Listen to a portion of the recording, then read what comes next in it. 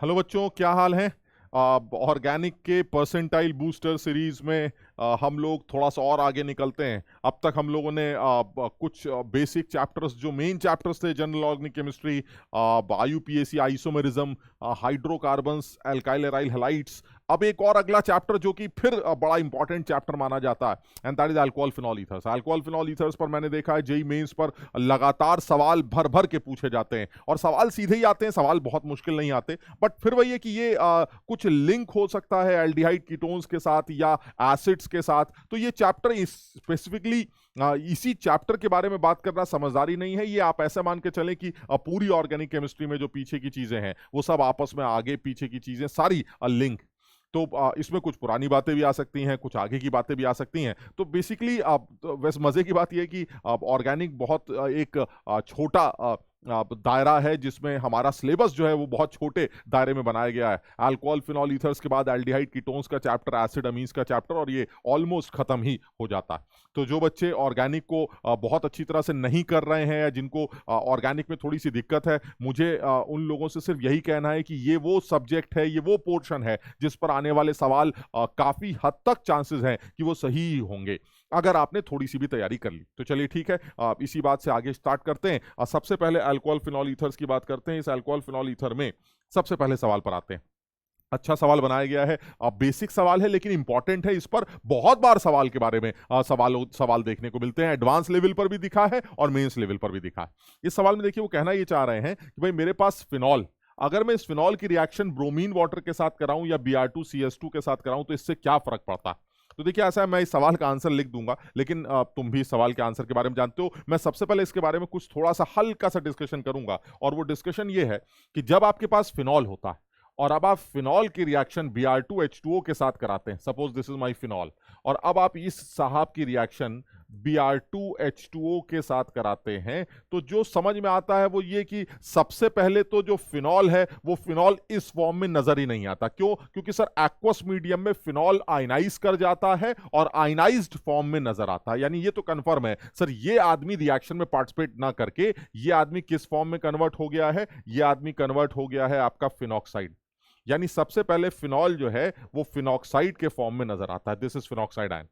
और phenoxide ion जो होता है वो बहुत स्ट्रॉन्ग एक्टिवेटर होता है। यानी ये जो O का माइनस है ये बहुत स्ट्रॉन्ग एक्टिवेटर है। OH इज नॉट इतना स्ट्रॉन्ग एक्टिवेटर।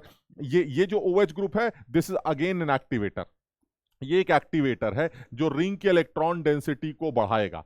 ये जो O माइनस है ये स्ट्रॉन्ग एक्टिवेटर है, बहुत स्ट्रॉन्ग एक्टिवेटर है, जो रिंग की इलेक्ट्रॉन डेंसिटी को बहुत ज्यादा इंक्रीज करने की कोशिश करेगा। यानी मेरे कहने का मतलब है, अगर फिनॉल फिनॉल है तो ठीक है सर, एक एक्टिवेटर है, अपने हिसाब से इलेक्ट्रोफाइल को ऑर्थो या पैरा पर बुला लेगा। लेकिन अगर फिनॉल फिनॉल की जगह फिनॉक्साइड है तो फिनॉक्साइड बहुत ही स्ट्रॉन्ग एक्टिवेटर होता है। उसका रीजन भी है, अगर O का लोन पेयर अंदर आएगा तो O पर प्लस आ जाएगा। जब O पर प्लस आ जाएगा तो वो इलेक्ट्रॉन विड्रॉ भी करने लगेगा। यानी ये उतने इलेक्ट्रॉन डोनेट नहीं कर पाएगा जितने ये इलेक्ट्रॉन डोनेट करेगा, क्योंकि इसके रेजोनेंस में O पर पॉजिटिव चार्ज नहीं आएगा। बात समझिए, यानी phenoxide is very strong, O minus very strong activator. तो ऐसे में सर अगर फिनॉक्साइड है और आपने Br2H2O डाला तो सर आप समझ लीजिए ये O माइनस इतना स्ट्रॉन्ग एक्टिवेटर है कि जो Br प्लस इलेक्ट्रोफाइल बने हैं वो चारों तरफ Br को जोड़ देंगे। यानी कहने का मतलब ये हुआ कि अगर आप फिनॉल की रिएक्शन Br2H2O के साथ कराते हैं तो फिनॉल सबसे पहले फिनॉक्साइड के फॉर्म में कन्वर्ट होता है, और ये फिनॉक्साइड जो है यही रिएक्शन में पार्टिसिपेट करता है। यानी अगर देखा जाए तो जो सही रिएक्शन दिख रही है वो ये कि जैसे ही ये फिनॉक्साइड बनेगा और आप इसकी रिएक्शन Br2H2O के साथ करा रहे हैं तो ये फिनॉक्साइड इतना स्ट्रॉन्ग एक्टिवेटर है कि Br को तीनों पोजीशंस पर जाके जोड़ देगा। आपको ट्राई ब्रोमो सब्स्टिट्यूटेड प्रोडक्ट देखने को मिलेगा। दिस इज द आंसर, जब फिनॉल रिएक्ट करेगा Br2H2O के साथ। Why? Because in case of H2O phenol exist as phenoxide and phenoxide is very strong activator. लेकिन सर अगर ये रिएक्शन ऐसे ना हो कि ये इस तरह से पूछी जाती, चलिए दूसरा तरीका क्या है? दूसरा तरीका ये कि सर आपने फिनॉल लिया और फिनॉल की रिएक्शन जो है वो Br2 के साथ कराई CS2 की प्रेजेंस में, नॉन पोलर मीडियम में। चलिए ठीक है सर, CS2 के साथ करा देते हैं। अब क्या होगा सर? अब ये मीडियम नॉन पोलर है सर, फिनॉल आयनाइज नहीं हो पाएगा। और अगर फिनॉल आयनाइज नहीं हो पाएगा तो फिनॉल फिनॉल के फॉर्म में ही एग्जिस्ट करेगा। सर फिनॉल है, OH है, ठीक ठाक एक्टिवेटर है, तो ऐसे में सर Br जितना लगाना होगा अपने हिसाब से एक आध जगहों पर लगा लेगा। तो जो मेजरली प्रोडक्ट देखने को मिलेगा वो क्या मिलेगा, अगर आप मेजर प्रोडक्ट की बात करें तो ये, यानी इस केस में जो प्रोडक्ट बनेगा वो मोनो सब्स्टिट्यूटेड देखने को मिलेगा। The product will B mono substituted, mono substituted. लेकिन जो इससे पहले वाला केस था, इस वाले केस में जो प्रोडक्ट देखने को मिलेगा वो ट्राई सब्स्टिट्यूटेड देखने को मिलेगा, ट्राई सब्स्टिट्यूटेड। वाई? क्योंकि अब आपने फिनॉक्साइड की बात की थी। चलिए ठीक है। अच्छा, अब दूसरी बात इसमें, ये तो अच्छी इंपॉर्टेंट बात है जो हमें ध्यान रखनी है, जो हमें सवाल पूछा गया था उसका आंसर भी हमारे पास आ गया। अगर आप देखें तो मुझे लगता है सब लोग इस सवाल का आंसर पहचान पाएंगे। पहला वाला सर CS2 की प्रेजेंस है और CS2 नॉन पोलर मीडियम होगा, जिसकी वजह से फिनॉल फिनॉल के फॉर्म में ही एग्जिस्ट करेगा। और अगर फिनॉल फिनॉल ही है तो सर मोनो सब्स्टिट्यूटेड प्रोडक्ट बनेगा। तो इसका मतलब बी की वैल्यू तो एक ब्रोमीन बनने वाली आ रही है सर, ये लगती है। बहुत बढ़िया, बी हो गया। इसी तरह से और भी कहीं बी दिख रहा है। अगर ए की बात करेंगे तो सर देखिए ये बड़ा क्लियर हो गया सर, Br2H2O की बात कर रहे हैं, पोलर मीडियम है sir, protic medium, polar medium, phenol phenoxide में कन्वर्ट हो जाएगा। फिनॉक्साइड इतना स्ट्रॉन्ग एक्टिवेटर है कि तीनों पोजीशन पर Br को ऑर्थो और पैरा खट खट खट तीनों इलेक्ट्रोफाइल तीनों पोजीशन पर जाके जुड़ जाएंगे और ऐसे में आपको ट्राई ब्रोमो सब्स्टिट्यूटेड प्रोडक्ट मिलेगा। अब ऐसा ऑप्शन जिसमें ए ट्राई ब्रोमो हो और बी मोनो ब्रोमो हो, ऐसा ऑप्शन तो बी ही दिखाई देता है। समझिए बात, समझ गए। लेकिन अब इसमें ना एक चीज मैं ऐड करना चाह रहा हूं, वो सब लोग उस बात को भी याद रखेंगे। और वो क्या याद रखना है, वो याद रखना है ये कि अगर मान लीजिए, ये तो हमने याद कर लिया, ये सवाल भी हमें समझ में आ गया, लेकिन मान लीजिए यही सवाल ऐसे ना पूछ के ऐसे पूछा जाता, तो अब सब लोग इस बात को ध्यान रखेंगे कि अगर फिनॉल रिएक्ट कर रहा है और उसकी ऑर्थो या पैरा पर COH या SO3H लगा है और अब आप इसकी रिएक्शन Br2H2O के साथ ही करा रहे हैं, मीडियम इज पोलर, तो अब इस केस में देखने से ऐसा लगता है कि सर आपकी जो पैरा पोजीशन है वो तो ब्लॉक है, इसको देख के लगता है सर फिनॉक्साइड बन जाएगा और फिनॉक्साइड तीनों पोजीशन में जाके जुड़ जाएगा। बिल्कुल सही। लेकिन सर इस बार एक पोजीशन तो ब्लॉक ही है, तो फिनॉक्साइड बनने के बाद ब्रोमीन सिर्फ दो जगहों पे लगेगा। यानी ऐसा लग रहा है कि सवाल का जो आंसर समझ में आता है वो ये, सर बनना ट्राई ब्रोमो चाहिए था। हाँ बिल्कुल सही है, बनना ट्राई ब्रोमो चाहिए था, लेकिन सर दो पोजीशन पर तो Br आ सकता है, लेकिन नीचे वाली पोजीशन को आपने क्योंकि COH या SO3H से ब्लॉक कर रखा है तो नीचे ब्रोमीन नहीं लग पाएगा सर, तो दो ब्रोमीन लग जाएंगे। मैं बताना ये चाह रहा हूं कि ऐसा एक्चुअली है नहीं, जैसा हम सोच रहे थे ऐसा बिल्कुल नहीं। असलियत यह है कि अगर आपने ऑर्थो या पैरा पोजीशन को इस COH या SO3H से सपोज ब्लॉक भी कर लिया, तो ऐसे में जो सही आंसर आपका बनना चाहिए वो सही आंसर यह है कि जो पोजीशन ब्लॉक है उस जगह पर भी Br देखने को मिलेगा। यानी अब आपका जो मेजर प्रोडक्ट बनने वाला है वो वही ट्राइब्रोमो बनेगा, कोई नहीं रोक पाएगा। ये अभी भी दो Br तो आएंगे ही आएंगे और तीसरी पोजीशन पर भी एक Br आ जाएगा। साथ ही साथ अगर COH है तो CO2 और SO3H है तो SO3 के फॉर्म में गैस उड़ जाएगी। बात खत्म। समझिए बात। यानी मैं ये बताना चाह रहा हूं कि आप इस बात को याद रखिएगा, अगर आपके ऑर्थो या पैरा पोजीशन पर COH ग्रुप या SO3H ग्रुप लगा है और आप Br2H2O के साथ फिनॉल की रिएक्शन करा रहे हैं, Br2H2O होना जरूरी है, आप समझिए।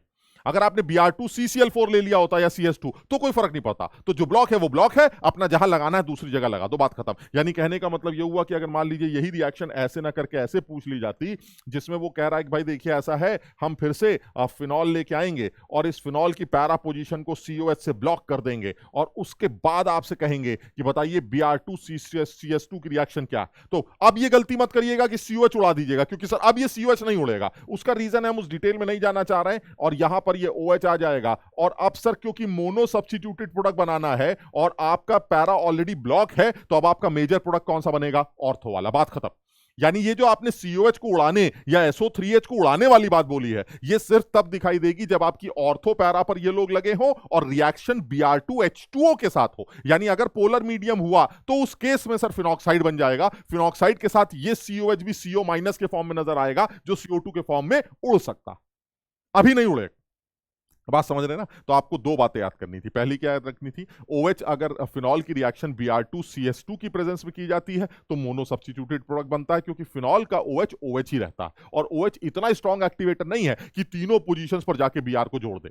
जब अगर यही रिएक्शन Br2H2O के साथ यानी पोलर प्रोटिक मीडियम में की जाती है तो फिनॉल सबसे पहले आयनाइज होकर फिनॉक्साइड में कन्वर्ट हो जाता है, और फिनॉक्साइड बहुत ही स्ट्रॉन्ग एक्टिवेटर है, इसलिए वो तीनों ब्रोमीन पोजीशन ब्रोमीन को तीनों एक्टिवेटेड पोजीशंस पर, ऑर्थो और पैरा पोजीशंस पे जाके चिपका देता है।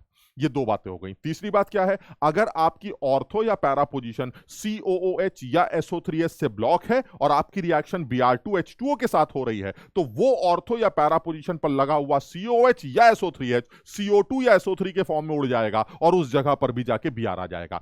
अगर यही रिएक्शन Br2CL4 CCl4 या CS2 की प्रेजेंस में होती तो इस COH या SO3H का कुछ नहीं होता, जो जहां लगा है वो वहीं लगा रहता। आपको जो पोजीशन मिल गई बच गई, आप वहां जाके चुपचाप ब्रोमीन को लगाकर मोनो सब्स्टिट्यूटेड प्रोडक्ट बना दीजिए, क्योंकि इस केस में जिसमें CS2 या CCl4 का एनवायरमेंट होता है COH या SO3H नहीं उड़ता। इस बात को सब लोग याद कर ले। क्लियर है? चलिए और आगे बढ़ते हैं।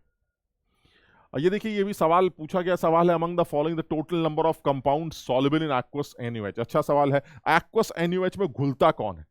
सर एक्वस NaOH में तो कोई भी घुल जाता होगा सर, उसमें क्या है? नहीं नहीं नहीं नहीं, ऐसा नहीं है। कोई आदमी किसी के अंदर सॉल्युबल है, इसका क्या लॉजिक है, इसके बारे में भी छोटा सा डिस्कशन कर लेते हैं। मान लीजिए मेरे पास कोई कंपाउंड है, जैसे हम जैसे अभी सवाल क्योंकि इसी चीज से रिलेटेड है, तो मान लीजिए मेरे पास अल्कोहल।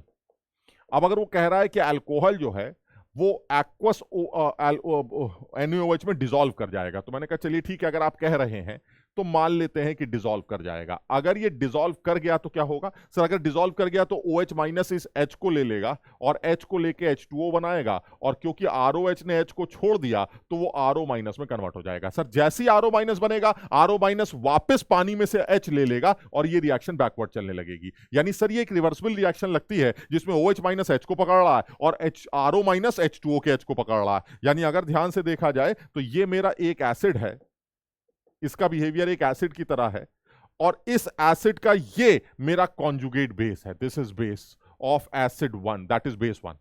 देखा जाए तो H2O इसको H दे रहा है, तो ये मेरा एसिड 2 है और ये इसका conjugate base, that is my base 2। Sir ये देखिए, जरा समझने की बात है कि ये रिएक्शन फॉरवर्ड तब चलेगी जब एसिड 1 एसिड 2 से स्ट्रॉन्गर एसिड होगा, क्योंकि अगर एसिड 1 एसिड 2 से स्ट्रॉन्गर एसिड है तो एसिड 1 का जो कॉन्जुगेट बेस होगा वो वीकर बेस होगा OH माइनस से, और ये रिएक्शन बैकवर्ड नहीं जा पाएगी। यानी कहने का मतलब ये हुआ, इस रिएक्शन के सामने जाने का सिर्फ एक ही लॉजिक हो सकता है, जब ये पता हो कि ये अल्कोहल पानी से स्ट्रॉन्गर एसिड होता है और इसी वजह से अल्कोहल का जो एल्कोक्साइड आयन है वो पानी के हाइड्रोक्साइड आयन से वीकर बेस होता है। यानी OH तो H ले लेगा, लेकिन ये वीकर बेस वापस अपना H नहीं ले पाएगा, जिसकी वजह से रिएक्शन फॉरवर्ड चलेगी। लेकिन सर ये तो दुनिया जानती है, जनरली अल्कोहल्स के लिए ये बोला जाता है कि अल्कोहल्स हमारे पानी से वीकर एसिड्स होते हैं, और अगर अल्कोहल पानी से वीकर है, जनरली आप मीथेनॉल को छोड़ दिया जाए तो जनरली अल्कोहल पानी से वीकर एसिड है, इसलिए सर अल्कोहल पानी के अंदर डिसॉल्व NaOH के अंदर डिसॉल्व नहीं कर सकता, क्योंकि अगर अल्कोहल NaOH के अंदर डिसॉल्व करेगा तो उसको पानी बनाना पड़ेगा। पानी स्ट्रॉन्गर एसिड है, एक कमजोर एसिड से स्ट्रॉन्ग एसिड बनाने की उम्मीद आप नहीं कर सकते, इसलिए रिएक्शन फॉरवर्ड मूव नहीं करेगी। यानी ये कंफर्म है सर, अल्कोहल जैसे जो लोग हैं वो NaOH के अंदर डिसॉल्व नहीं करेंगे। चलिए ठीक है, नहीं करेंगे कोई बात नहीं, लेकिन क्या ये करेगा? हमने कहा दूसरा आदमी दिखाइए। कह रहा अगर ऐसा कोई होता, जरा समझना बात को, PHOH, अरे सर ये तो फिनॉल। हमने कहा फिनॉल है, चलो बताओ अब क्या होगा सर? अगर अब आप रिएक्शन की बात करेंगे तो फिर वही वाली बात आती है सर, सामने भी चल सकते हैं पीछे भी चल सकते हैं। अगर आप सामने गए तो सर आप बनाएंगे पानी, अगर आप सामने गए तो आपको पानी मिलेगा, साथ में जो फिनॉल का फिनॉक्साइड आयन मिलेगा। अब बताइए अब क्या होगा? फिर वही वाली बात आती है, इसमें फिर वही है, this is acid 1, this is my acid 1, this is my base 2, this is my acid 2 and this is my base 1। अब अगर अकल लगाई जाए तो क्या लगता है सर, इस बार ये रिएक्शन फॉरवर्ड मूव करेगी। क्यों फॉरवर्ड मूव करेगी? क्योंकि सर मुझे ये बात पता है, फिनॉल स्ट्रॉन्गर एसिड है पानी से, और अगर फिनॉल पानी से स्ट्रॉन्गर एसिड है तो सर फिनॉल फिनॉक्साइड में कन्वर्ट हो जाएगा, और फिनॉक्साइड जो कि वीकर बेस है, अब ये वापस H नहीं ले पाएगा, ये रिएक्शन फॉरवर्ड मूव करेगी। समझिए बात। यानी कहने का मतलब ये हुआ, जैसा यहां पर था, क्या था, यहां पर सीधी सीधी बात थी, अल्कोहल्स जो है वो वाटर से वीकर एसिड, अगर अल्कोहल वाटर से वीकर एसिड है तो अल्कोहल्स का जो अल्कोक्साइड आयन है वो स्ट्रॉन्गर बेस होगा। वो कहेगा अच्छा तुमने मेरा एच ले लिया, मैं दोबारा तुम्हारे से एच लेकर रिएक्शन को पीछे भगा दूंगा, जबकि ये काम यहां नहीं हो पाए। यानी कहने का मतलब ये हुआ, फिनॉल्स अल्कली में डिसॉल्व करेंगे क्योंकि phenol is stronger acid than water, और फिनॉल पानी से स्ट्रॉन्ग एसिड है। आप एक स्ट्रॉन्ग एसिड से एक वीक एसिड बनाने की उम्मीद कर सकते हैं। इस स्ट्रॉन्ग एसिड का कॉन्जुगेट बेस फिनॉक्साइड आयन वो एक वीकर बेस होगा जो वापस वाटर में से एच लेकर रिएक्शन को बैकवर्ड नहीं ले जा पाएगा। इसका मतलब ये हुआ, फिनॉल वाटर में अल्कली में डिसॉल्व करते हैं लेकिन अल्कोहल अल्कली में डिसॉल्व नहीं करते हैं। फिनॉल अगर डिसॉल्व करते हैं तो वो कंपाउंड जो फिनॉल से ज्यादा एसिडिक है वो तो अल्कली में डिसॉल्व करेंगे ही करेंगे। क्लियर है? अब जो सवाल आपको पूछा गया था वो सवाल ये था, वो कह रहा है बताइए इनमें से कौन सा आदमी जो है एक्वस में डिसॉल्व करेगा। देखिए ये तो फर्जी है, इससे तो कोई मतलब ही नहीं है। सर ये वाला आदमी बिल्कुल डिसॉल्व करेगा। क्यों करेगा? सर ये तो फिनॉल से, अरे सर इसका नाम कार्बोक्सिलिक एसिड है सर, ये तो स्ट्रांग होगा ही फिनॉल से, ये तो पक्का अल्कली में डिसॉल्व करेगा। इसको देखते हैं, अरे सर ये तो अल्कोहल है sir, this is CH, this is not phenol, this is alcohol. और सर अल्कोहल डिसॉल्व नहीं करते, ये डिसॉल्व नहीं कर पाएगा, ये मेरा फिनॉल है, ये पक्का डिसॉल्व करेगा। इस तरह से देखें तो ये तो कुछ है ही नहीं, अरे मेरा फिनॉल है, ये पक्का डिसॉल्व करेगा। और ये देखिए सर ये मेरा एसिड है, और एसिड तो करता ही करता है। यानी अगर ध्यान से देखा जाए तो कौन कौन से लोग डिसॉल्व करेंगे? सर एक डिसॉल्व ये करेगा, एक डिसॉल्व वो करेगा, एक डिसॉल्व ये करेगा, और एक डिसॉल्व वो करेगा। यानी कुल मिला के मेरे पास 4 ऐसे आदमी होंगे जो फाइनली एल्कली में डिसॉल्व कर कर वाटर फॉर्म कर सकते होंगे। क्लियर है? चलिए और आगे बढ़ते हैं। इस सवाल में देखिए क्या कहना चाह रहे हैं, वो कह रहे हैं भाई ऐसा द मेजर प्रोडक्ट, आप बताइए मेजर प्रोडक्ट क्या है। तो देखिए बड़ा क्लियर है, ये जो ग्रिग्नार्ड रिएजेंट है इसके बारे में हम सब जानते हैं। ग्रिग्नार्ड जो है यहां पर 2 काम कर सकता है, जरा समझना बात को। ग्रिग्नार्ड इज माय RMgX, ये मेरा ग्रिग्नार्ड। ग्रिग्नार्ड के बारे में कहा जाता है ये 2 काम कर सकता है इस रिएक्शन में। क्या कर सकता है? सर एक काम तो ये कर सकता है ग्रिग्नार्ड, ये जो R- है, ये R- एज अ न्यूक्लियोफाइल वो इस कार्बन पर धक्का मारे और Cl को निकाल दे। बिल्कुल कर सकता है सर, इसमें कोई बुराई नहीं है सर, ये एज अ न्यूक्लियोफाइल ये हरकत बिल्कुल कर सकता है। और क्या कर सकता है? सर एक काम ये और कर सकता है, और वो दूसरा काम ये है कि ये ग्रिग्नार्ड जो है वो पीछे से इस कार्बन पर धक्का मारे और इस पाई बॉन्ड को तोड़ दे, and this is nucleophilic addition. यानी अगर ध्यान से देखा जाए तो ग्रिग्नार्ड ने 2 काम किए। पहला काम जो ग्रिग्नार्ड कर रहा है वो कर रहा है this reaction, this is SN2 reaction, और दूसरा जो काम कर रहा है वो इस कार्बोनिल सेंटर के डेल प्लस पर अप्रोच करना, जिसको एल्डिहाइड कीटोन्स की न्यूक्लियोफिलिक एडिशन रिएक्शन कहा जाता है। This is nucleophilic addition reaction. यानी ग्रिग्नार्ड 2 काम कर रहा है, या तो वो SN2 करवा लेंगे या फिर न्यूक्लियोफिलिक एडिशन रिएक्शन करवा लेंगे, आपका जो दिल करे कर लीजिए। लेकिन सर आप ये कई बार बता चुके हैं, आज फिर इस लेक्चर में बता देता हूं, ग्रिग्नार्ड की सबसे पहली प्रायोरिटी है एसिड बेस रिएक्शन। यानी ग्रिग्नार्ड सबसे पहला जो काम करता है, आप आज तो लिख ही लीजिएगा, प्रायोरिटी ऑर्डर ग्रिग्नार्ड की रिएक्शन का क्या है। सर प्रायोरिटी ऑर्डर में जो पहली प्रायोरिटी आती है वो है ग्रिग्नार्ड की एसिड बेस रिएक्शन। यानी अगर ग्रिग्नार्ड को कहीं पर भी एसिडिक हाइड्रोजन दिख गई तो वो सबसे पहले एसिडिक हाइड्रोजन लेके भाग जाएगा, ऐसी की तैसी, वो कोई रिएक्शन नहीं करेगा। यानी ये जो R- है ये एज अ बेस H को ढूंढता है सबसे पहले। अगर इसको H मिल गया तो ठीक, नहीं तो बाद में सोचेंगे।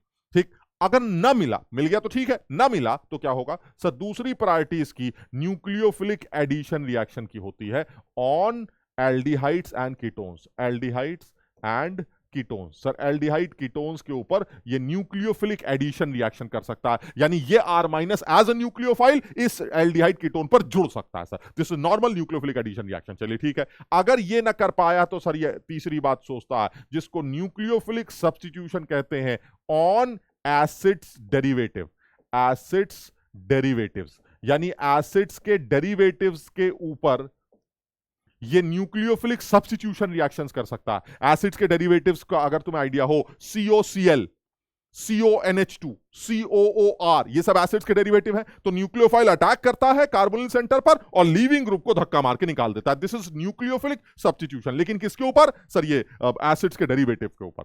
और चौथी जो पॉसिबिलिटी, अगर वो भी ना कर पाया तो ये SN2 करता है on alkyl halides, alkyl halides के ऊपर ये SN2 रिएक्शन कर सकता है। ये चौथी प्रायोरिटी है। यानी कुल मिला के देखा जाए जो प्रायोरिटी का सीक्वेंस बनता है वो सीक्वेंस कुछ ऐसा दिखाई देता है। जो सीक्वेंस बन रहा है वो सीक्वेंस कुछ ऐसा दिखाई देता है, जरा समझना। ये इंक्रीजिंग ऑर्डर बन जाएगा आपका,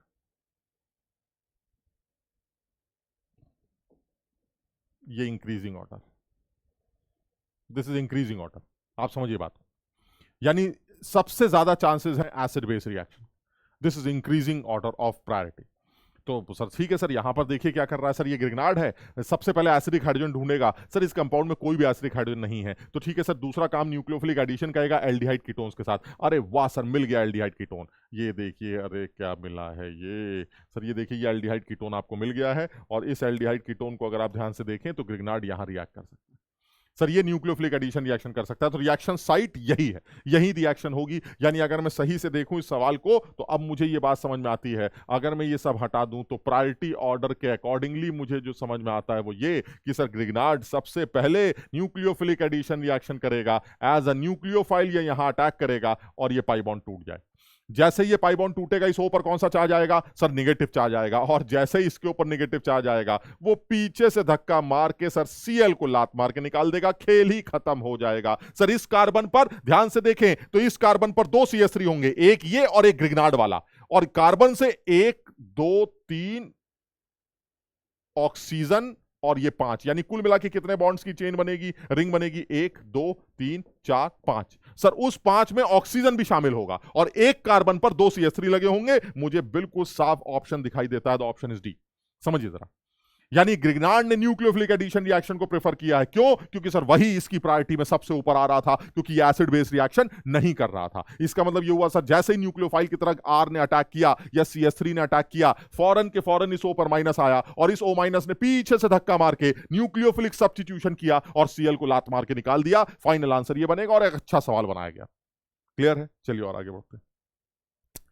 इसमें ये कहना चाह रहे हैं भाई, ये देखिए कंसंट्रेटेड H2SO4 डालेंगे क्या? देखो यार, इसमें कुछ हमें लगता है कोई खास बात नहीं है, बहुत पुरानी बात है। और ये एल्कीन्स की प्रिपरेशन में हम लोगों ने ये बात कर भी ली है। सेटजेफ को फॉलो करती हुई एक एल्कीन जो कार्बोकेटाइन मैकेनिज्म से बनती है, that is elimination unimolecular process. यानी आपने सबसे पहले H+ डाला, सर ये H+ सबसे पहले इस OH को प्रोटोनेट कर देगा। बिल्कुल सही है, H+ OH को प्रोटोनेट करेगा, ये H+ OH को प्रोटोनेट कर देगा। चलिए उससे क्या होगा सर, जैसे ही आप H+ को प्रोटोनेट करवाएंगे, OH को प्रोटोनेट करवाएंगे, तो आप सबसे पहले पहुंचेंगे CH3, C इधर आ जाएगा CH3, इधर भी आ जाएगा CH3, इधर आ जाएगा CH, इधर आ जाएगा CH3, और सर यहां आ जाएगा प्रोटोनेशन के बाद OH2+।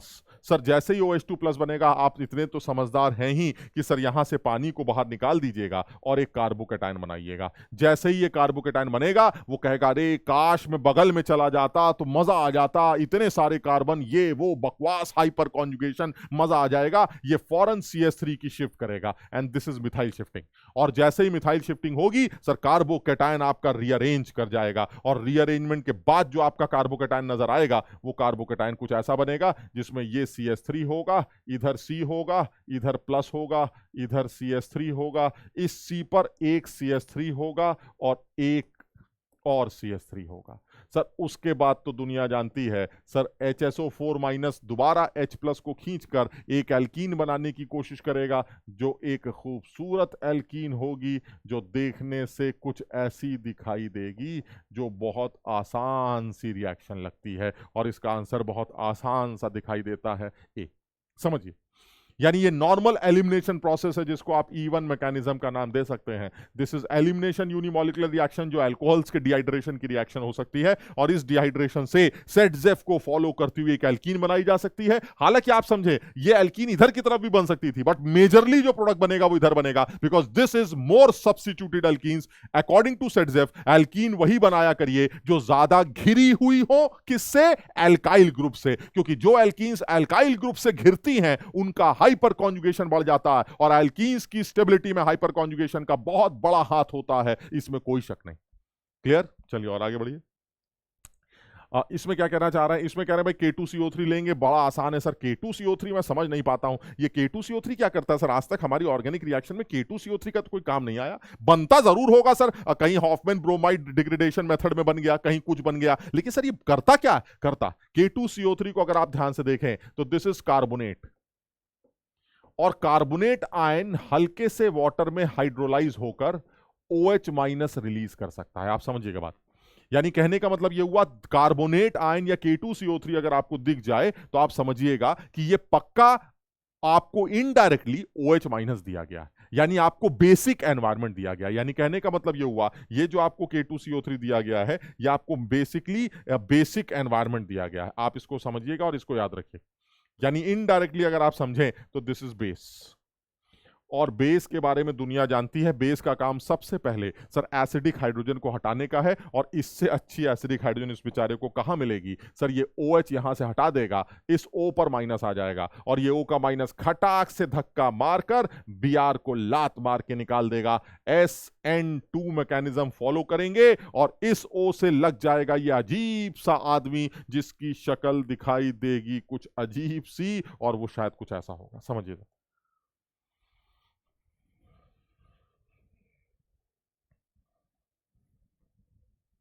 समझिए।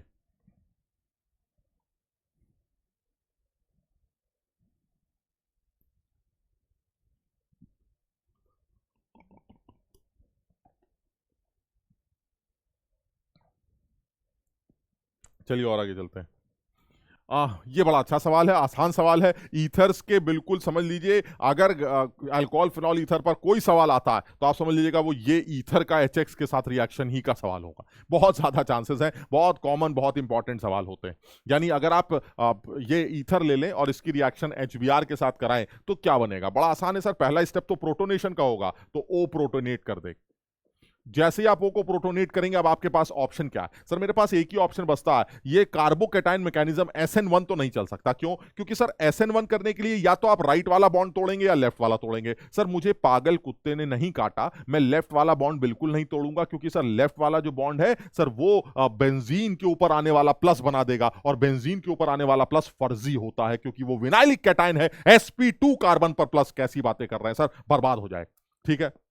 दूसरी बात, अगर आप इधर वाला बॉन्ड तोड़ते हैं तो इस कार्बन पे प्लस बनेगा। सर मिथाइल के ऊपर प्लस, अरे ये तो बहुत ही खराब होता है। बिल्कुल नहीं, ना इधर का तोड़ेंगे ना उधर का तोड़ेंगे। अरे तो फिर इस O प्लस को शांत कैसे करेंगे सर? इस O प्लस को शांत करेंगे धक्का मारकर, ना SN1 होगा इस बार, इस सीधे सीधे ये रिएक्शन SN2 पाथ फॉलो करेगी। ये Br minus as a nucleophile इस कार्बन पर धक्का मारेगा और ये बॉन्ड टूट के खत्म हो जाएगा। यानी कहने का मतलब क्या हुआ सर? ये बड़ा सीधा सवाल था, आसान सवाल था। एक तरफ तो फिनॉल तैयार हो जाएगा और दूसरी तरफ आपका CH3Br तैयार हो जाएगा।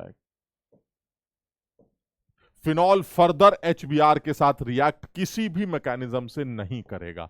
यानी HBr के साथ अगर आप फर्दर रिएक्शन की बात करें तो कोई रिएक्शन नहीं होगी। यानी फाइनल आंसर में क्या बनने वाला है? फाइनल आंसर में सर एक तरफ फिनॉल और CH3Br आ जाएगा। देखने का देखा जाए तो सर एक मस्त आंसर दिखाई दे रहा है, वो ये वाला। क्लियर है? चलिए और आगे बढ़ते हैं। इसमें भी बड़ा आसान सवाल पूछा गया है। वो कह रहे हैं भाई साहब मुझे एसिडिक हाइड्रोलिसिस करनी है। तो मैंने कहा बहुत बढ़िया, करते रहिए, हमें क्या दिक्कत है। वो कह रहे नहीं नहीं सुनिए, तो एसिडिक हाइड्रोलिसिस और अच्छी हो उसके लिए करें क्या? तो मैंने कहा देखिए ऐसा एक चीज तो क्लियर है, अगर आप एसिडिक हाइड्रोलिसिस करते हैं तो पहला स्टेप तो ये होना ही है, प्रोटोनेशन। हाँ बिल्कुल सही है। अब जब पहला स्टेप प्रोटोनेशन होगा तो इसमें भी कोई शक नहीं है कि ये बॉन्ड टूटेगा। हाँ बिल्कुल सही है, क्योंकि यहां वाला जो कार्बोकैटायन बनेगा ये बड़ा स्टेबल कार्बोकैटायन अभी दिखाई दे रहा है, काफी स्टेबल कार्बोकैटायन है, क्योंकि चारों तरफ रिंग के साथ रेजोनेंस स्टेबलाइज। वो कह रहा नहीं और अच्छा कैसे होगा, रेट को और कैसे बढ़ा सकते हैं? तो और तभी बढ़ा सकते हैं जो ग्रुप इस कार्बोकैटायन की स्टेबिलिटी को और ज्यादा बढ़ाते हो। और साफ समझ में आता है, अगर आप दो फिनाइल ग्रुप्स ले लें जिनको रिप्लेस कर दें दो पैरामिथॉक्सी फिनाइल से, आप समझिएगा अगर मैं यहां पर पैरामिथॉक्सी फिनाइल की बात करूं, पैरामिथॉक्सी फिनाइल का मतलब है यहां OCH3 आ जाएगा और इधर भी OCH3 आ जाएगा। अब आप खुद समझिए बात को, इस OCH3 का जो प्लस आर इफेक्ट है, इस OCH3 का प्लस आर इफेक्ट और इस OCH3 का प्लस आर इफेक्ट इस कार्बोकैटायन की स्टेबिलिटी को और एनहांस करेगा, इसलिए रिएक्शन का रेट और तेजी से बढ़ जाए। क्लियर है? चलिए और आगे चलते हैं। ये देखिए जो बात मैं कर रहा था, ये बहुत अच्छा सवाल है, पूछा गया सवाल है, ये जेई के एडवांस लेवल का सवाल पूछा गया सवाल है, जिसमें कहना क्या चाह रहे हैं, एक्वस Br2 डालेंगे तो क्या होगा? अरे सर रुक जाइए, एक्वस नाम ले लिया आपने तो एक चीज क्लियर हो गई सर, ये फिनॉक्साइड हो गया और ये भी क्लियर हो गया ये ट्राइब्रोमो सब्स्टिट्यूटेड प्रोडक्ट बनेगा। लेकिन कैसे बनेगा सर? पैरा तो आपने ऑलरेडी ब्लॉक कर रखा है, ऐसी की तैसी। किससे ब्लॉक कर रखा है? SO3S से। क्या बताया था? अगर ऑर्थो पैरा को COH या SO3S से ब्लॉक कर दो तो वो उड़ जाती हैं। इसका मतलब ये हुआ सर ये यहां से उड़ जाएगी और ट्राइब्रोमो सब्स्टिट्यूटेड प्रोडक्ट आपको फिर से देखने को मिलेगा, इसमें कोई शक नहीं। समझिए बात, यानी आपको SO3 गैस उड़ती हुई नजर आएगी और साथ में आपको ट्राई ब्रोमो सब्स्टिट्यूटेड प्रोडक्ट देखने को मिलेगा। यानी अगर आपकी फिनॉल की रिएक्शन किसी ब्रोमीन के साथ हो रही है एक्वस एनवायरनमेंट में, तो आप समझ लीजिएगा अगर आपने उस फिनॉल की ऑर्थो या पैरा को COOH या SO3H से ब्लॉक भी कर दिया तो भी COH CO2 के फॉर्म में और SO3H SO3 के फॉर्म में उड़ जाता है और उस जगह पर भी जाके Br लगकर फाइनल प्रोडक्ट आपको ट्राई ब्रोमो सब्स्टिट्यूटेड प्रोडक्ट मिलता है। लेकिन ब्लॉक सिर्फ उन्हीं दोनों ग्रुप से होना चाहिए, COH और SO3H। अगर आपने CS3 वगैरह से ब्लॉक कर रखा है तो वो नहीं उड़ेगा। इसलिए मैं बार बार बोल रहा हूं, इफ योर ऑर्थो और para position is blocked by COOH और SO3H and the reaction is in the aqueous environment, the final product will be again tribromo substituted product, वो ग्रुप वहां से उड़ जाए। क्लियर? चलिए और आगे चलते हैं। इन द फॉलोइंग रिएक्शन, ये तो रीमर टीमर रिएक्शन का नाम लगता है sir, this is reamer teamer reaction. अरे तो कितना आसान सवाल है सर, रीमर टीमर रिएक्शन का मेजर प्रोडक्ट भी कोई सोचने वाली बात है? हाँ सर, ये लेकिन बहुत खूबसूरत सवाल बनाया गया है। क्यों? क्योंकि सर ये उस बच्चे से पूछा गया है जिसको पूरी रीमर टीमर की नॉलेज है। क्या नॉलेज थी सर? रीमर टीमर रिएक्शन में फाइनली कार्बीन इंटरमीडिएट बनता है जो हाइड्रोलिसिस के बाद आपको सैलिसिलएल्डिहाइड बना के दे देता है। That is major product will be ortho पर CHO ग्रुप। क्लियर है? यानी ये OH और ये CHO, सर बिल्कुल सही है, ये OH और ये COH, यही आपका फाइनल आंसर आता है। अब कहना क्या चाह रहे हैं? ये कहना ये चाह रहे हैं कि अगर मेरी ऑर्थो पोजीशन ब्लॉक होती तो क्या होता? तो सर अगर आपकी ऑर्थो पोजीशन ब्लॉक होती तो मैं पैरा पर लगा देता CHO, उसमें क्या सोचना है सर? इलेक्ट्रोफाइल है, ऑर्थो और पैरा पर जाता है, लेकिन हाइड्रोजन बॉन्डिंग की वजह से आपने ऑर्थो वाला प्रोडक्ट मेजर बोल दिया था। अगर ऑर्थो ब्लॉक होगी तो हम पैरा पे लगा देंगे, उसमें कोई दिक्कत नहीं। वो कह रहा है बिल्कुल सही, लेकिन अगर पैरा ब्लॉक हुई तो मैं कहूंगा अजीब लल्लू आदमी।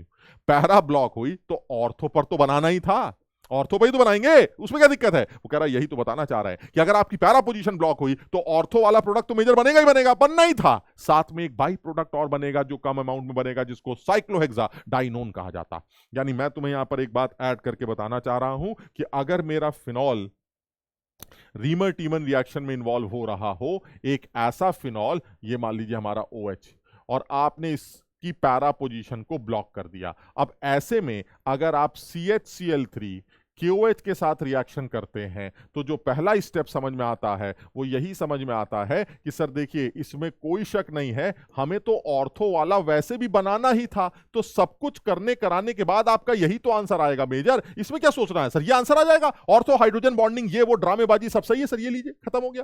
क्या परेशानी है आपको? हमने कहा नहीं, हमें कोई परेशानी नहीं है। अब बात यह कि मुझे एक बात और पता होनी चाहिए कि अगर आपने पैरा पोजीशन को ब्लॉक कर रखा है तो उस सूरत में एक और आपको प्रोडक्ट देखने को मिलता है और वो है साइक्लोहेक्साडाइनोन। यानी अब जब ये रिएक्शन होगी तो सबसे पहले जो कार्बीन इंटरमीडिएट है वो एज एन इलेक्ट्रोफाइल, देखो ऑर्थो पे क्यों गया वो तो मुझे पता है, ऑर्थो पे तो जाना ही था, पैरा पर क्यों गया वो बताते हैं। यानी सबसे पहली बात कि फिनॉल किस फॉर्म में एग्जिस्ट करेगा? फिनॉल सबसे पहले एग्जिस्ट करेगा हमारा फिनॉक्साइड के फॉर्म में। चलिए ठीक है, तो यानी फिनॉल आ गया फिनॉक्साइड के फॉर्म में। अब क्या होगा?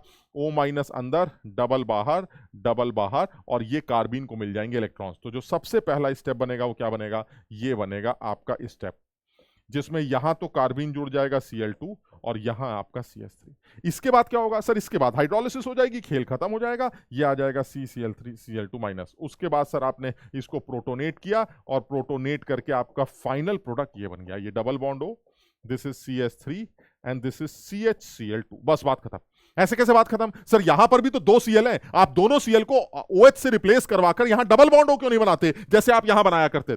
यहां पर भी तो CCl2 बनता था सर, जिसमें से आप दोनों Cl को OH से रिप्लेस कर देते थे और यहां पर CHO बना देते थे। सर यहां पर भी CHO बना दीजिए, इसमें क्या परेशानी है? परेशानी सिर्फ यह है कि इसके अलावा अब इसके बाद इसमें कुछ नहीं हो सकता। उसका रीजन है दिस इज नियोपेंटाइलिक सिस्टम।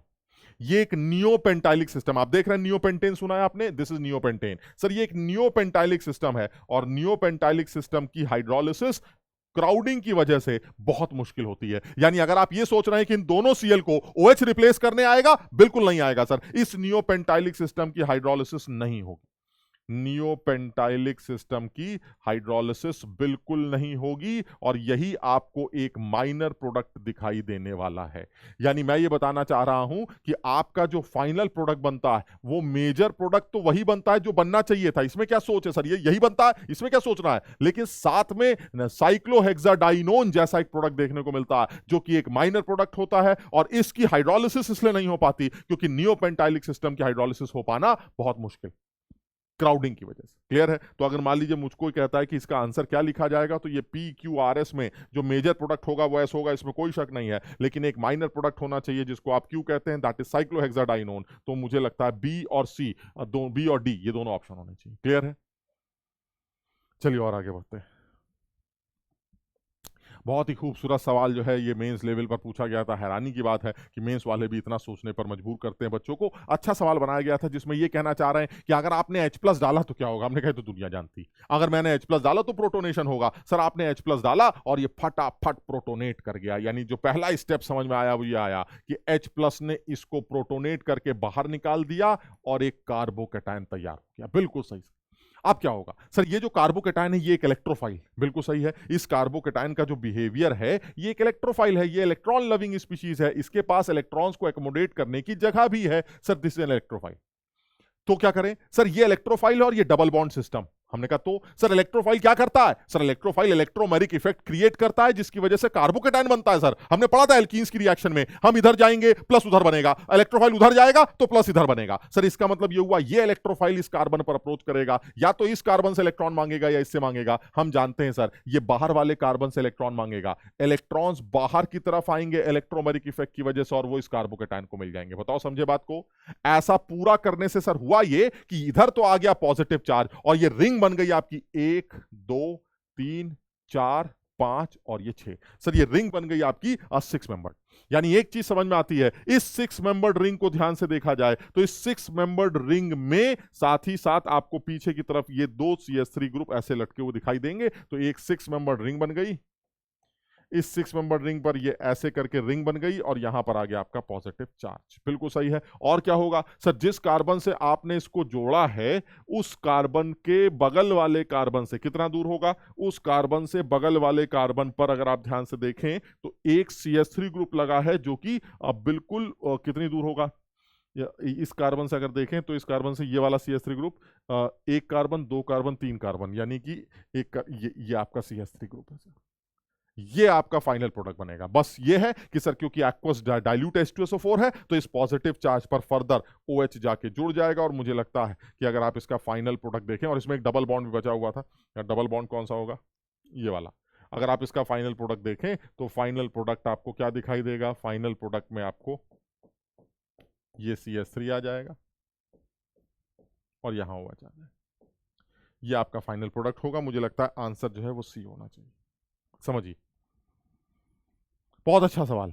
यानी इस सवाल में अच्छी बात यह है कि बच्चे को ये बात का आइडिया होना चाहिए कि एक बार आपने जो कार्बोकैटायन, ये तो सब लोग कर लेते हैं कि OH हटा के प्लस आ गया सर, ठीक है, तो बहुत पुरानी बात है, डिहाइड्रेशन से कार्बोकैटायन बना दिया। वो कार्बोकैटायन सर एक इलेक्ट्रोफाइल की तरह बिहेव करके दूसरे डबल बॉन्ड पर जाके इलेक्ट्रोफिलिक एडिशन रिएक्शन शो करेगा। यानी ये इलेक्ट्रोफाइल जाके ऐड हो जाएगा, इलेक्ट्रोमेरिक इफेक्ट जिसको आप प्लस E इफेक्ट कहते हैं, इस प्लस इलेक्ट्रोमेरिक इफेक्ट की वजह से इलेक्ट्रॉन्स उसी तरफ आएंगे जिस तरफ कार्बोकैटायन आ रहा है और अंदर की तरफ आपका प्लस बन जाएगा। सर ये एक नया कार्बोकैटायन होगा जिस पर पानी जाके जुड़ जाएगा। सही से अगर जोड़ तोड़ की तो ये 6 मेंबर रिंग जैसे दिखाई देगी। आप चाहें तो नंबरिंग डाल के भी ये काम कर सकते हैं।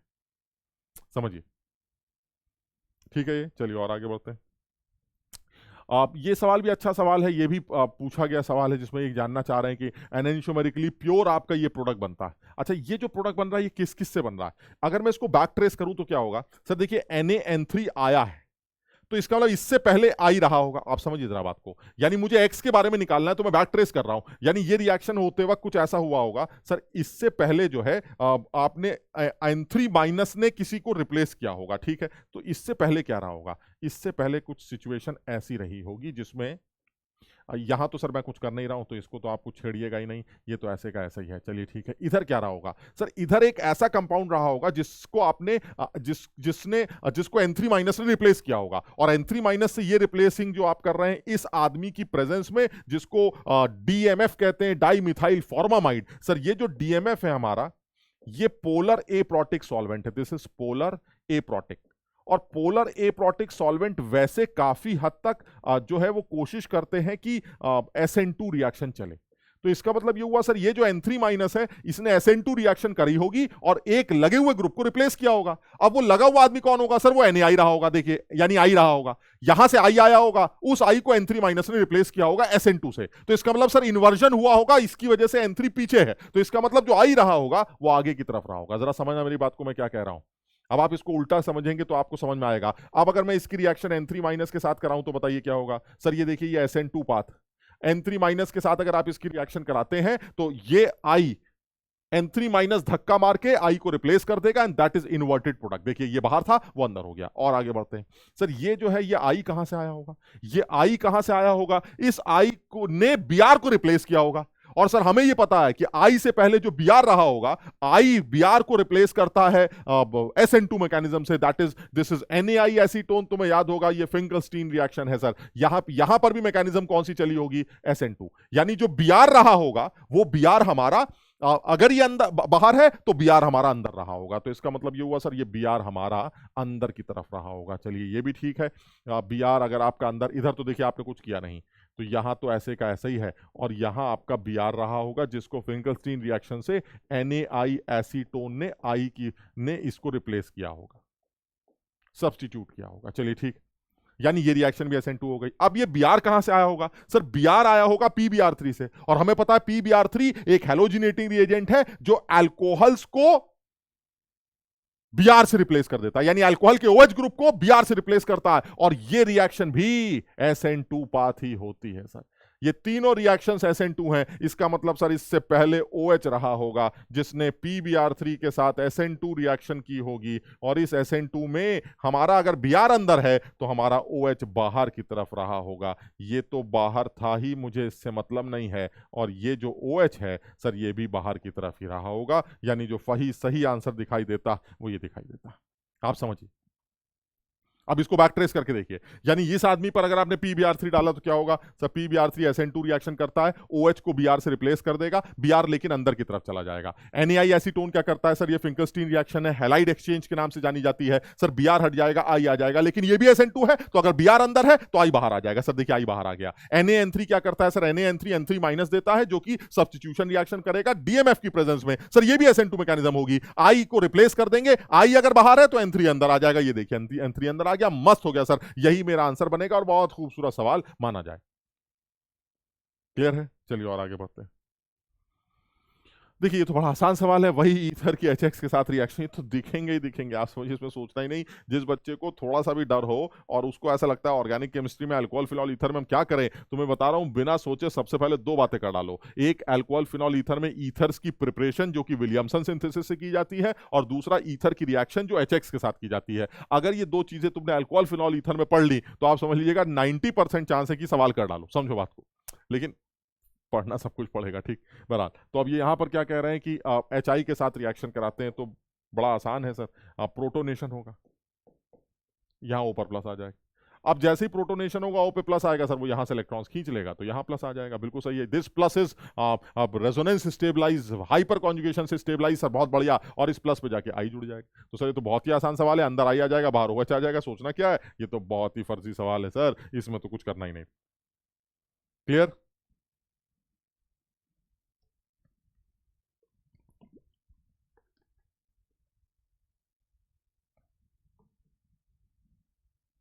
चलिए और आगे बढ़ते हैं। ये अच्छा सवाल, ये H2O H प्लस के एनवायरनमेंट में वाटर का एडिशन करना चाह रहे हैं ईथर्स के साथ। तो देखिए सर H प्लस का एनवायरनमेंट है, ईथर दे रखा है, तो प्रोटोनेशन तो होगा ही होगा, इसमें कुछ कर ही नहीं सकते आप। तो मुझे लगता है अगर मैं इसकी मैकेनिज्म खुद से बनाना चाहूँ तो इसकी मैकेनिज्म एक बार खुद से बनाई जा सकती है। बढ़िया सवाल लगता है, जिसमें ये O है, ये O है, और ये आपका CH3, और इसके सामने जो है आपने H प्लस डाल रखा है, इसके सामने आपने ये H प्लस डाल रखा है वाटर के साथ। चलिए ठीक है, तो अब इसका पहला स्टेप क्या हो। पहला स्टेप बड़ा क्लियर है सर, प्रोटोनेशन होगा। सिमेट्री है सर, कहीं पर भी जाके जोड़ दीजिए। तो फर्स्ट स्टेप जो है वो मेरा अब प्रोटोनेशन होगा। तो जैसे ही आप प्रोटोनेशन की बात करेंगे तो इसका जो पहला स्टेप है उसके अकॉर्डिंगली यहां पर सर H आ जाएगा और इस कार्बन पे ऑक्सीजन पे प्लस आ जाएगा। आप क्या करेंगे, जैसे सर O पे प्लस आएगा, आप जानते ही हैं सर O परेशान हो जाएगा, एक तरफ से इलेक्ट्रॉन्स को खींचने की कोशिश की जाएगी, वो यहां से इलेक्ट्रॉन्स खींच लेगा। और जैसे ही वो यहां से इलेक्ट्रॉन्स खींचेगा, अब जो नया सिस्टम तैयार होगा वो क्या होगा, वो जो नया सिस्टम तैयार हुआ वो ये होगा, यहां प्लस आ जाएगा और यहां पर आपके OH आ जाएगा। ये आपका नया सिस्टम तैयार हो गया, बहुत बढ़िया। अब क्या होगा सर देखिए अभी भी ध्यान से देखा जाए तो ये जो प्लस तैयार हुआ है, इस प्लस पर आपने वाटर का एडिशन तो करना ही है, तो इस प्लस पर सर वाटर जाके एज अ न्यूक्लियोफाइल जुड़ जाएगा। चलिए ठीक है, तो क्या बनेगा, वाटर अगर जुड़ गया तो सर देखिए अब जो लग रहा है ये कार्बन तो पहले से था, ये पानी जुड़ गया OH2 प्लस बन गया, और इधर जो था वो आपका OH अलग हो गया। सर ये देखिए बड़ा आसान है, इधर जो था आपका OH अलग हो गया। अब क्या होगा सर, अब फिर वही वाली बात आती है, OH2 प्लस है तो सर O पर प्लस है, परेशान है, तो वो अपना H प्लस जो है वो छोड़ेगा, और ये H प्लस जाके O को प्रोटोनेट कर देगा, यानी यहां से H प्लस निकलेगा और वो O को प्रोटोनेट कर देगा। तो जैसे ही आप O को प्रोटोनेट करेंगे तो अब क्या बनेगा, यहाँ O आ जाएगा, इधर देखे तो इधर आपका OH लटक ही चुका है, इधर एक OH आपके पास पहले से है और एक कार्बन, और इस O पर आ गया प्लस। जैसे ही O पे प्लस आएगा सर, O का लोन पेयर वापस अंदर आके डबल बॉन्ड बना देगा, खेल खत्म हो जाएगा, ये अंदर और ये बॉन्ड टूट के बाहर, सब खुश हो जाएंगे, और लास्ट स्टेप में H प्लस बाहर निकल जाएगा, और मुझे लगता है यही आपका फाइनल आंसर बनेगा, जिसमें ये वाला OH भी अलग निकल गया, यहां पर डबल बॉन्ड O भी आ गया CH3 के साथ, और ये वाला OH भी आपका अलग निकल गया। This will be your final answer. समझिए, एक बार आपने H प्लस को जोड़ा है, लास्ट स्टेप में आपने H प्लस को बाहर फेंक दिया है, ये देखिए ये जोड़ा और ये निकाला, this is acid catalysed water का एडिशन, ये ईथर एसिड कैटलाइज्ड वाटर का एडिशन शो कर रहा है, जिसका फाइनल आंसर आपको ये देखने को मिले। क्लियर है? तो चलिए अगर इसका आंसर देखते हैं तो आंसर क्या निकल के आता है सर, इसका आंसर अगर आप देखें तो मुझे लगता है ये ए ही सही आंसर लगता है, बिल्कुल आसान है। क्लियर है? चलिए और आगे बढ़ते हैं।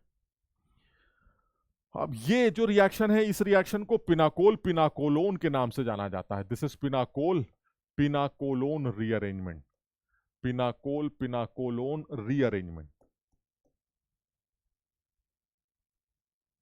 ये इंपॉर्टेंट रिएक्शन है जिसमें आप देखें तो आपके पास जो है विसिनल डायोल्स होते हैं। जनरली अगर बात करें तो विसिनल डायोल्स होते हैं जो एसिडिक एनवायरनमेंट में रीअरेंज करते हैं, और रीअरेंजमेंट के बाद एक कीटोन जैसा प्रोडक्ट बनाते हैं, एक कार्बोनिल, प्योर कार्बोनिल कंपाउंड बनाते हैं।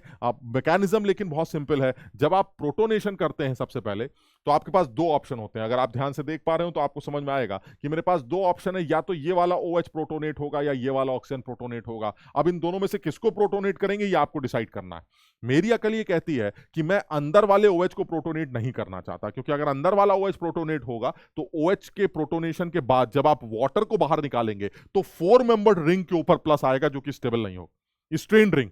तो एक काम करते हैं सर, बाहर वाले OH को प्रोटोनेट करते हैं, उससे क्या होगा सर, बाहर वाले OH को प्रोटोनेट करेंगे तो बाहर से OH निकलेगा, पानी निकलेगा, तो बाहर की तरफ प्लस आएगा। अरे तो क्या हुआ, इससे क्या फायदा है? फायदा है सर, ये बाहर वाले प्लस की वजह से अंदर वाली रिंग एक्सपैंड कर जाएगी। आपने बताया था रिंग के अगले कार्बन पर प्लस रिंग को एक्सपैंड कर सकती है। सर ये रिंग एक्सपेंशन का केस बनेगा, और बहुत साफ समझ में आता है। इस रिंग एक्सपेंशन को अगर ध्यान से देखें तो सबसे पहले ये आपकी 4 मेंबर्ड रिंग है, और इस 4 मेंबर्ड रिंग पर यहां पर OH है, साथ ही साथ यहां पर आपके 2 कार्बन है और यहां प्लस है सर। अब ये रिंग एक्सपेंशन का केस दिखाई देता है, गड़बड़ बनाया है।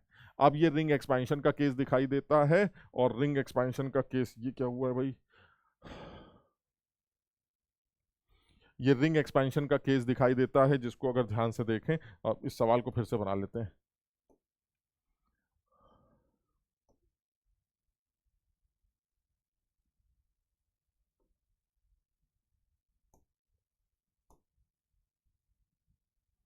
ये ऐसे ले लेते हैं,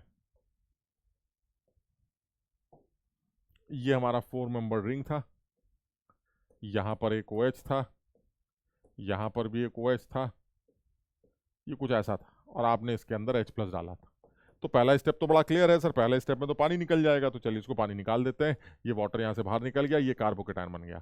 जैसे ये कार्बोकेटायन बनेगा सर, ये रिंग एक्सपैंड कर जाएगी। आप समझ रहे हैं, ये रिंग का एक्सपेंशन होगा, ये रिंग एक्सपैंड कर जाएगी, और एक्सपैंड करते ही अब ये 5 मेंबर्ड रिंग बनेगी। यानी अब देखा जाए तो ये एक 5 मेंबर्ड रिंग होगी, और इस 5 मेंबर्ड रिंग के एक कोने पर प्लस होगा, और उस प्लस पर OH होगा, यानी एक कोने पर प्लस होगा और इस प्लस के ऊपर OH होगा, और इसके बगल में ये 2 मिथाइल ग्रुप लगे होंगे। आप समझ पा रहे हैं क्या हो रहा है? यानी ये रिंग यहां से एक्सपैंड कर जाएगी, यहां से एक्सपैंड करते ही यहां प्लस आ जाएगा, और जैसे ही प्लस आएगा O का लोन पेयर अंदर आ जाएगा, और ये डबल बॉन्ड O में कन्वर्ट हो जाएगा। यानी अगर मैं डायरेक्ट आंसर लिखना चाहूं तो इसका डायरेक्ट आंसर लिखा जा सकता है, और इसका डायरेक्ट आंसर बनने वाला है ये 5 मेंबर्ड रिंग, जिसके एक कार्बन पर डबल बॉन्ड O और उसके बगल में 2 मिथाइल ग्रुप। बिल्कुल सीधा आंसर, समझिए।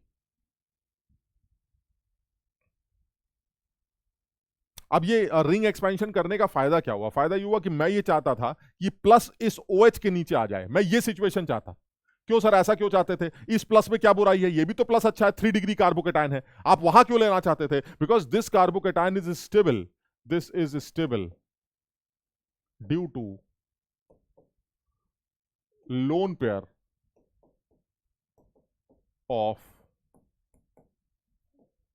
Oxygen atom. ये ऑक्सीजन आटम के लोन पेयर की वजह से स्टेबलाइज। और हम कई बार बात कर चुके हैं, कार्बोकेटायंस को लोन पेयर देख के इतनी खुशी होती है जिसकी कोई इंतहा नहीं। समझिए बात। तो यानी ये चाहता क्या है कि भाई ऐसा ठीक है, मुझे यहां प्लस ले आए, मैं समझता हूं, लेकिन मुझे यहां आना है ताकि मैं इस OH के नीचे आ जाऊं, बस बात खत्म। तो जैसे मैं OH के नीचे आऊंगा, O का लोन पेयर अंदर आकर डबल बॉन्ड O बना लेगा, फाइनल प्रोडक्ट खत्म। This rearrangement is known as pinacol pinacolone rearrangement. आसान सा रीअरेंजमेंट। और आगे बढ़ते हैं। देखिए ये भी बड़ा अच्छा सवाल है, ये भी एडवांस लेवल पे पूछा गया पहला का सवाल। इसमें क्यों अच्छा सवाल है? क्योंकि सर इसमें बहुत सारी चीजें हैं और जो कि हमें ध्यान रखनी पड़ती हैं। ये एक से ज्यादा मल्टी करेक्ट का सवाल हो सकता है। आप ध्यान से देखें, पहले वाले ऑप्शन में क्या हो रहा है? पहले वाले ऑप्शन में सर आपने ये बेस लिया है O माइनस, ये Br है। तो एक काम करते हैं सर, पीछे से धक्का मार के Br को निकाल सकते हैं। Sir this is Williamson synthesis. कैसी बातें कर रहे हो? विलियमसन ने साफ साफ बताया कि पीछे से धक्का नहीं मार सकते आप। दिस इज 3 डिग्री हैलाइड, और 3 डिग्री हैलाइड की रिएक्शन जब आप एल्कोक्साइड आयन के साथ कराते हैं तो ये एलिमिनेशन रिएक्शन शो करता है, न कि सब्स्टिट्यूशन। यानी एक चीज तो क्लियर है सर, फर्स्ट स्टेप में ये जो O माइनस है, ये O माइनस पक्का Br को धक्का मार के नहीं निकाल सकता सर। ये ऊपर वाले कार्बन पे लगे किसी H को लेके भाग जाएगा, इधर से Br निकल जाएगा और इनके बीच में खूबसूरत डबल बॉन्ड आ जाएगा। सर आप कुछ नहीं कर पाएंगे, ये एल्कीन बन जाएगी। यानी कहने का मतलब क्या हुआ सर? कहने का मतलब ये हुआ, ये जो प्रोसेस आप दिखा रहे हैं, ये रिएक्शन जो आप दिखा रहे हैं, this is actually elimination by molecular. अच्छा, बनेगा क्या क्या सर? ये O माइनस अगर यहां से H को ले लेगा तो यहां OH आ जाएगा। हाँ, तो सर ये तो बनेगा ही बनेगा। चलिए ये मस्त हो गया, बिल्कुल सही। यानी अगर मैं P का ऑप्शन देखूं तो P में 1 तो बनेगा ही बनेगा। और क्या बनेगा? दूसरा सर एक एल्कीन बनेगी जो ऐसी दिखाई देगी, यानी 1 का 4, P का 1 4 बने। यानी P का आंसर 1 और 4 में से होना चाहिए। मुझे लगता है मैं A ऑप्शन को कैंसिल कर देता हूं, मैं D ऑप्शन को कैंसिल कर देता हूं। अब मेरे पास सिर्फ 2 ऑप्शन बचते हैं, एक B और एक C। चलिए चेक करते हैं। सेकंड पर आते हैं। सेकंड वाले केस में सर ये OMe HBr के साथ रिएक्ट कर रहा है। अब क्या रिएक्शन हो सकती है? तो ये तो बहुत ही आसान सवाल है। ईथर्स की HX के साथ रिएक्शन, इससे ज्यादा आसान क्या होगा सर? सबसे पहले इसको प्रोटोनेट किया जाएगा, O पर प्लस आ जाएगा। जैसे ही प्लस आएगा वो यहां से इलेक्ट्रॉन्स खींच लेगा, तो यहां प्लस आ जाएगा और इस प्लस पे जाके Br आ जाएगा। इस प्लस पर आने वाला Br तो सर ये 2 ही जैसा होगा, यानी Q का ऑप्शन तो हमारा 2 जैसा होगा। और Q का ऑप्शन 2 देखते ही मुझे लगता है मेरा आंसर B टिक हो जाएगा। समझिए बात। लेकिन आप चाहें तो बाकी सारे ऑप्शंस देख सकते हैं। इसको देखें क्या होगा सर? इस केस में फिर वही है सर, दिस इज बेस और ये टर्सरी है, हैलाइड है सर। ये हर सूरत में फिर से एलिमिनेशन रिएक्शन होगी, फिर से ये एल्कीन बनने वाली है। यानी अगर हमारा R की बात करें तो R का आंसर फिर से क्या बनने वाला है? एक एल्कीन, दैट इज 4। यानी R हमारा 4 बनेगा, इसमें कोई शक नहीं। यानी आप अगर ध्यान से सारी चीजें समझते हैं तो आप इस बात को समझिएगा कि इस पूरे प्रोसेस में आपके पास मेनली देखा जाए तो विलियमसन सिंथेसिस का इन्वॉल्वमेंट है और साथ ही साथ एलिमिनेशन रिएक्शन का इन्वॉल्वमेंट है। विलियमसन सिंथेसिस सब्स्टिट्यूशन रिएक्शन के थ्रू बनने वाले ईथर्स हैं, लेकिन अगर सब्स्टिट्यूशन न हो पा रहा हो तो ऐसे में एल्कोक्साइड आयंस स्ट्रॉन्ग बेस की तरह बिहेव करते हैं और वो उस एल्काइल हैलाइड को एलिमिनेट करके एक एल्कीन में कन्वर्ट कर सकते हैं। और ऐसा तब होता है जब हमारा alkyl halide tertiary alkyl halide हो, क्योंकि उस पर धक्का मार पाना, सब्स्टिट्यूशन कर पाना बायोमोलिकुलर, ये मुश्किल होता है। तो ये बहुत बेसिक सा सवाल है, लेकिन क्योंकि अब जैसे यही वाला लास्ट वाला देखिए क्या हो रहा है। लास्ट वाले में क्या होगा सर? ये O माइनस। अब बताइए क्या ये O माइनस यहां धक्का नहीं मार पाएगा? अरे सर उछल के धक्का मारेगा। This is 1 degree halide. ये तो बढ़िया विलियमसन सिंथेसिस सर, ये बहुत बढ़िया विलियमसन सिंथेसिस है। ऐसे में O माइनस के साथ Me लग जाएगा, तो O के साथ Me लगते ही सर ये OMe आ जाएगा। यानी S का आंसर 3 तो होगा ही होगा। सर ये देखिए S का आंसर 3 आ गया। सारे आंसर आप चेक कर सकते हैं, बहुत आसानी से काम किया जा सकता है। क्लियर है? चलिए और आगे बढ़ते हैं। यहां पर भी ये अच्छा सवाल है। ये कह रहे हैं कि देखिए ऐसा है, मैं कपलिंग रिएक्शन की बात कर रहा हूं, अगर आपको आइडिया हो। So this is coupling reaction. और coupling reaction generally activated systems में देखने को मिलती है। जो डीएक्टिवेटेड सिस्टम, उसका रीजन भी है सर। उसका रीजन ये है कि जो आपका ये इलेक्ट्रोफाइल है, ये इलेक्ट्रोफाइल सर कहीं से भी अच्छा इलेक्ट्रोफाइल नहीं है। ये एक स्टेबल इलेक्ट्रोफाइल। ये जो इलेक्ट्रोफाइल आपने लिया है, this is stable electrophile, this is unreactive, less reactive because of resonance, less reactive. इसमें नाइट्रोजन सर रिंग के साथ लगा है, नाइट्रोजन पर प्लस चार्ज है सर, वो रेजोनेंस स्टेबलाइज है, ये अनरिएक्टिव इलेक्ट्रोफाइल है। ऐसे में ये क्या कहता है, ये कहता है अगर कोई रिएक्टिव हो, कोई ऐसी रिंग हो जो बहुत ज्यादा रिएक्टिव है, जो बहुत ज्यादा इलेक्ट्रॉन रिच हो, तब तो मैं एज एन इलेक्ट्रोफाइल जाके जुड़ सकता हूं, लेकिन मैं ये कमजोर लोगों के साथ नहीं जुड़ूंगा, बात खत्म। यानी मेरे कहने का मतलब है जो स्ट्रॉन्ग एक्टिवेटेड सिस्टम्स होते हैं वो लोग तो इस डायजोनियम आयन को अपने ऊपर इलेक्ट्रोफिलिक एरोमेटिक सब्स्टिट्यूशन के थ्रू जोड़ सकते हैं, लेकिन जो डीएक्टिवेटर्स होते हैं उनके साथ तो ये डायजोनियम कभी रिएक्ट ही नहीं कर सकता। यानी कहने का मतलब कभी अगर गलती से ये लिखा मिल जाए तो आप जो है मुस्कुरा के छोड़ दीजिएगा। मान लीजिए ये लिखा मिल जाए जिसमें ये लिखा गया है कि मेरे पास ये एक रिंग है जिस पर मान लीजिए आपने NO2 लगा रखा है और इसके आगे आपको दे रखा है डायजोनियम आयन PHN2+, और वो कह रहा है NO2 मेटा डायरेक्टर होता है जिसकी वजह से ये इलेक्ट्रोफाइल मेटा पे जाके जुड़ जाएगा।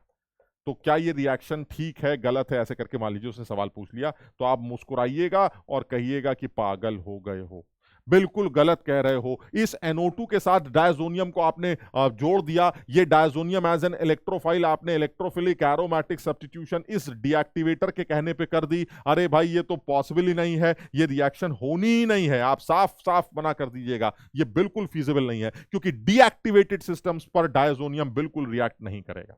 This is deactivated. दूसरी बात क्या है, दूसरी बात यह कि सर जो अब अगर ठीक ठाक से एक्टिवेटर हो, डीएक्टिवेटेड सिस्टम पर तो होना ही नहीं है सर, आपको जो करना कर लीजिए, लेकिन अगर मान लीजिए कोई ठीक ठाक से एक्टिवेटर हो, मैंने कहा ठीक ठाक से मतलब कह रहा अगर ऐसी कोई रिएक्शन होती तब आप क्या करते हैं, चलिए वो भी लिख लेते हैं, नेक्स्ट पेज पे लिखते हैं। मान लीजिए वो कहता है कि भाई डायजोनियम की रिएक्शन जो है वो आप इस डीएक्टिवेटेड सिस्टम के साथ कराइए, कपलिंग रिएक्शन के बारे में बात कर रहा है कि भाई क्या ये कपलिंग रिएक्शन होगी, तो आप बिल्कुल साफ मना कर दीजिएगा, कोई कपलिंग रिएक्शन नहीं होगी, उसका रीजन भी लिख दीजिएगा, this is deactivated system. Deactivated system में कपलिंग बिल्कुल नहीं होती। चलिए ठीक है, दूसरी बात क्या कर रहे हैं, दूसरी बात ये कह रहे हैं कि अगर मान लीजिए ठीक ठाक से एक्टिवेटर होता, मैंने कहा मतलब कह रहे हैं मान लीजिए एनिसॉल होता OCS3, नाउ दिस इज ठीक ठाक से एक्टिवेटर, और अब अगर कपलिंग करवाते आप PHN2+, अब क्या होता, तो इसके लिए भी ये बोला जाता है कि रिएक्शन नहीं होती। यानी ठीक ठाक से भी ये रिएक्शन नहीं होती, आप समझिए। OCS3 मेरा ठीक ठाक से एक्टिवेटर है, this is activated system, this is activator, लेकिन मुझे ऐसे एक्टिवेटर की जरूरत नहीं, मुझे और भी स्ट्रॉन्ग एक्टिवेटर की जरूरत है because of the stability of this diazonium ion. Diazonium ion is resonance stabilize, ultimately ये अनरिएक्टिव इलेक्ट्रोफाइल है, और ये जो अनरिएक्टिव इलेक्ट्रोफाइल आपने लिया है, ये जो हमारा डीएक्टिवेटेड सिस्टम है इस पर तो रिएक्ट कर ही नहीं सकता, इसमें तो कोई शक नहीं है। हाँ, जो कम एक्टिवेटेड है उसके साथ भी रिएक्ट नहीं करेगा, जो बहुत ज्यादा एक्टिवेटेड सिस्टम है ये उन्हीं के साथ रिएक्ट करेगा, और वो बहुत ज्यादा एक्टिवेटेड सिस्टम आपके फिनॉल्स, नेप्थॉल्स और एरोमेटिक अमीन्स होते हैं। समझिए जरा बात को, यानी मेरे कहने का मतलब ये हुआ कि ये कपलिंग रिएक्शन तो आपको इन जगहों पर ही देखने को मिलती है, जैसे फिनॉल ले लिया। अब फिनॉल के अंदर भी कपलिंग रिएक्शन अगर आप कराना चाहते हैं तो ये कहते क्या है कि आपको सोल्यूशन की पीएच जो है वो 8 के आसपास रखनी चाहिए, 8-9 के आसपास। क्यों सर ये 8-9 के आसपास रखने से फायदा क्या है, 8-9 के आसपास रखने का फायदा ये कि ये स्लाइटली बेसिक एनवायरनमेंट बन जाता है। स्लाइटली बेसिक एनवायरनमेंट में क्या होता है सर, फिनॉल बन जाता है फिनॉक्साइड। समझिए बात को, यानी ऐसे केस में क्या होगा सर, फिनॉल बन जाएगा फिनॉक्साइड, और फिनॉक्साइड बड़ा स्ट्रॉन्ग एक्टिवेशन शो करता है, याद है phenoxide strong activator, strongly activated system. और अगर ये स्ट्रांगली एक्टिवेटेड सिस्टम है तो कपलिंग हो सकती है, क्योंकि अब ये कम रिएक्टिव डायजोनियम इस स्ट्रांगली एक्टिवेटेड सिस्टम की ऑर्थो या पैरा पर जाके जुड़ सकता है, ये कपलिंग बिल्कुल हो सकती है, दिस इज पॉसिबल। समझिए, यानी मैं ये बताना चाह रहा हूं कि जो स्ट्रांगली एक्टिवेटेड सिस्टम है जैसे कि फिनॉल हो गया या नेप्थॉल हो गया, वो लोग स्लाइटली बेसिक एनवायरनमेंट में कपलिंग रिएक्शन शो कर सकते हैं। इसी तरह से जो अमीन्स हो गए वो अमीन्स स्लाइटली एसिडिक मीडियम में, यानी अगर मान लीजिए अमीन्स लिया जाता, कोई अमीन ले लेते हैं जैसे ये ले लेते हैं, यहां NH2 ले लेते हैं, अब इसकी रिएक्शन अगर आप कपलिंग रिएक्शन कराना चाहते हैं PHN2+, तो ये कपलिंग स्लाइटली एसिडिक एनवायरनमेंट में पीएच की वैल्यू 5 से 6 के आसपास अगर रखी जाए स्लाइटली एसिडिक एनवायरनमेंट में, तो ये हरकत कर सकते हैं, और इस केस में ये बिल्कुल कपलिंग रिएक्शन शो कर सकते हैं, यानी यहां पर कपलिंग रिएक्शन बिल्कुल हो सकती। अच्छा, 3 बातें हो गई। पहला, डीएक्टिवेटेड सिस्टम पर कपलिंग नहीं हो सकती, स्लाइटली एक्टिवेटेड सिस्टम पर भी डायजोनियम नहीं जुड़ सकता, highly activated system like phenol, naphthols and aromatic amines, इनमें कपलिंग रिएक्शन आराम से की जा सकती है पीएच को एडजस्ट करके। समझ लो बात को। मैं इसमें एक बात और जोड़ना चाह रहा हूं, जो वीकली एक्टिवेटेड सिस्टम है उसमें कपलिंग नहीं होती, लेकिन अगर आपने डायजोनियम की रिएक्टिविटी इंक्रीज कर दी तो कपलिंग रिएक्शन देखने को मिल सकता है। यानी कहने का मतलब यह हुआ कि अगर मान लीजिए आपके पास ये होता तो आप इसका आंसर क्या लिख के आते, ये एनिसॉल है और जो कि स्लाइटली एक्टिवेटेड सिस्टम है, और अब आप इसकी रिएक्शन कराना चाहते हैं pH N2 plus, that is diazonium. मान लीजिए डायजोनियम, ये रिएक्शन आप कराना चाहते हैं, तो ये कपलिंग रिएक्शन आप कराएं तो होगी कि नहीं होगी? सर ये नहीं होगी, क्योंकि ये वीकली एक्टिवेटेड सिस्टम है, ये काम नहीं कर सकता। तो दिस इज एक्टिवेटेड सिस्टम जो कि स्ट्रॉन्ग एक्टिवेटेड नहीं है, तो this is weekly activated system, ये कपलिंग रिएक्शन शो नहीं करेगा। अगर आपको कपलिंग करानी थी तो आपको इस डायजोनियम की रिएक्टिविटी बढ़ानी पड़ेगी, आपको एक स्ट्रॉन्ग विड्रॉइंग ग्रुप ऑर्थो या पैरा पर लगाना पड़ेगा, जिसकी वजह से ये N का प्लस और ज्यादा चमक जाए, एक्टिवेट हो जाए, परेशान हो जाए और वो जाके इस कम एक्टिवेटेड सिस्टम पर कपल हो जाए। समझिए बात को? यानी ये रिएक्शन सिर्फ तभी हो सकती थी जब आप डायजोनियम की रिएक्टिविटी बढ़ाएं, और डायजोनियम की रिएक्टिविटी को बढ़ाने का तरीका क्या है कि आप उसकी ऑर्थो या पैरा पर एक विड्रॉइंग ग्रुप लगा दें, ताकि डायजोनियम और भी ज्यादा इलेक्ट्रॉन डेफिशिएंट हो जाए और वो कम एक्टिवेटेड सिस्टम पर भी जाके इलेक्ट्रॉन मांगने की गुहार करे। समझिए बात, कुछ समझ पा रहे हो? ये यानी ये रिएक्शन पॉसिबल है। यानी इससे पहले जब आपने लिखा था एनिसॉल के साथ रिएक्शन, तो आपने साफ मना कर दिया था ये रिएक्शन नहीं होगी, क्योंकि ये कम रिएक्टिव या अनरिएक्टिव। अगर आप इसकी रिएक्टिविटी बढ़ा दे तो सोच सकते हैं, और इसकी रिएक्टिविटी बढ़ाने के लिए आपको ऑर्थो या पैरा पर स्ट्रॉन्ग विड्रॉइंग ग्रुप लगाना पड़ता है, तब जाके कम एक्टिवेटेड सिस्टम पर यह हो सकती। यानी कहने का मतलब डीएक्टिवेटेड में तो आपको जो करना कर लीजिए, नहीं होगी। स्ट्रांगली एक्टिवेटेड सिस्टम कौन से हैं? फिनॉल, नेप्थॉल और एरोमेटिक अमीन्स, उनमें हो सकती है, पीएच को एडजस्ट करके उनमें हो सकती है। लेकिन अगर आप वीकली एक्टिवेटेड सिस्टम्स के अंदर कपलिंग करना चाहते हैं तो नॉर्मली तो नहीं होती, लेकिन डायजोनियम की रिएक्टिविटी अगर बढ़ा दी जाए तो यह रिएक्शन देखने को मिल सकती है। समझिए बात, क्लियर है? तो चलिए, जो सवाल हमसे पूछा गया था उस सवाल में क्या करना था? सर सवाल अच्छा है, क्यों? क्योंकि सर पीएच की वैल्यू आपने 4 से 6 के बीच में रखी, और क्योंकि पीएच का वैल्यू स्लाइटली एसिडिक की तरफ है, इसलिए सर फिनॉल तो फिनॉल के फॉर्म में ही एग्जिस्ट करेगा, और फिनॉल का फिनॉल बहुत ज्यादा स्ट्रॉन्ग एक्टिवेटर तो नहीं है, लेकिन सर क्योंकि स्लाइटली एसिडिक एनवायरमेंट है, इसलिए सर NH2 की बात सुनी जाएगी, और NH2 के अकॉर्डिंगली उसकी ऑर्थो या पैरा पर कपलिंग होगी। Sir para is already block इस NH2 के रेस्पेक्ट में, तो ऑर्थो पर कपल कर देंगे और ये आपका फाइनल कपलिंग का प्रोडक्ट आएगा। अगर यही सवाल में पीएच की वैल्यू 8-9 ली गई होती तो क्या होता? सर अगर पीएच की वैल्यू 8-9 ली गई होती तो फिनॉल बन जाता फिनॉक्साइड, अगर ये फिनॉक्साइड बन जाता तो इसकी सुनी जाती और इसकी ऑर्थो पर जाकर रिएक्शन को करके आंसर ये लिख दिया जाता। यानी पीएच को थोड़ा सा चेंज करके आप इस सवाल के आंसर को चेंज कर सकते हैं। यानी अगर यहीं पर मैं सवाल ले दूं कि पीएच की जो वैल्यू है वो मान लीजिए 8 ली गई, तो ऐसे में अब इस सवाल का जो आंसर लिखा जाना चाहिए वो OH के हिसाब से कपलिंग रिएक्शन दिखाई जानी चाहिए, दैट इज N2PH और नीचे NH2। समझिए बात। लेकिन क्योंकि आपको सवाल स्लाइटली एसिडिक एनवायरनमेंट का पूछा गया है, so final answer should B NH2 की ऑर्थो पर coupling because para is block. Clear? चलिए और आगे बढ़ते हैं। ये देखिए, ये भी आसान सा सवाल है, ये वही है जो अभी मैं बात कर रहा था।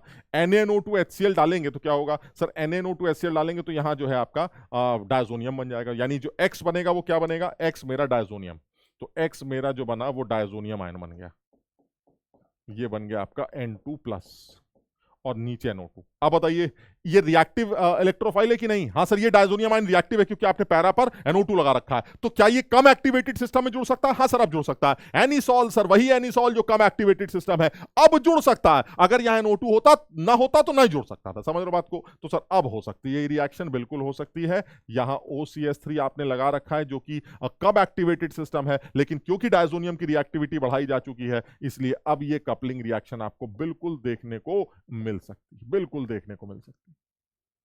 समझिए बात। यानी इस सवाल का जो सही आंसर लिखा जाएगा वो अपने हिसाब से आप लिख सकते हैं। मेरे ख्याल से ये बन जाए। सही है? नहीं, ये वाला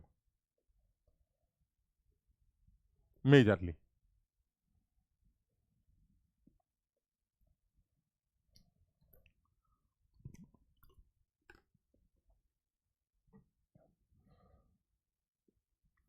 चलिए और आगे बढ़ते हैं। देखिए, ये भी अच्छा सवाल है, मैंने अभी बताया था, आप सब लोग इस बात को याद रखिएगा, इंपॉर्टेंट है, भूलने की ज़रूरत नहीं है। इसको देख के अभी बात हुई थी हमारी, इसको देखते ही अंदाज़ा लगा लिया करो। ये सिर्फ इसलिए दिया गया है ताकि मैं पहचान पाऊँ कि ये एक बेसिक एनवायरनमेंट है। समझिए बात को। और बेस के लिए हम सब जानते हैं सर इसका काम एसिडिक हाइड्रोजन को निकालने का है, तो इससे अच्छी एसिडिक हाइड्रोजन सर आपको कहां मिलने वाली है, समझिए बात को। क्योंकि सर फिनॉल का जो एच है वो अल्कोहल के एच से ज्यादा एसिडिक होता, तो इसका मतलब ये हुआ सर, बात दिमाग मत लगाइए, फट से ओ पर माइनस आएगा सर एच को निकलते ही, और ओ का माइनस पीछे से धक्का मार के खटाक से आई को बाहर निकाल देगा। सर कौन सी रिएक्शन है सर, ये विलियमसन ही तो है, SN2 विलियमसन। यानी इस ओ पर माइनस था, CH3 जाके जुड़ गया, आंसर ए आ गया, बिल्कुल सीधा आंसर। क्लियर है, और आगे बढ़ते हैं। ये देखिए, ये भी बड़ा अच्छा सवाल है। ये DMSO डाला गया है। जो DMSO है या फिर जो DMF है या फिर जो DMA है या फिर HMPA है,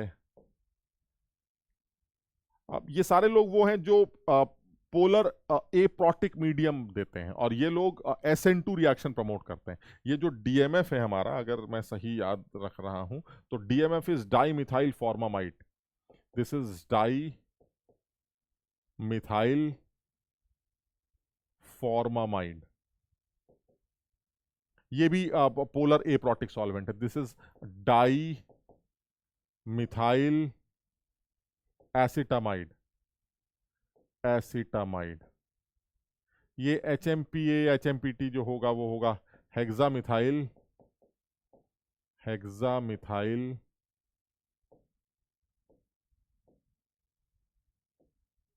फॉस्फोरामाइड।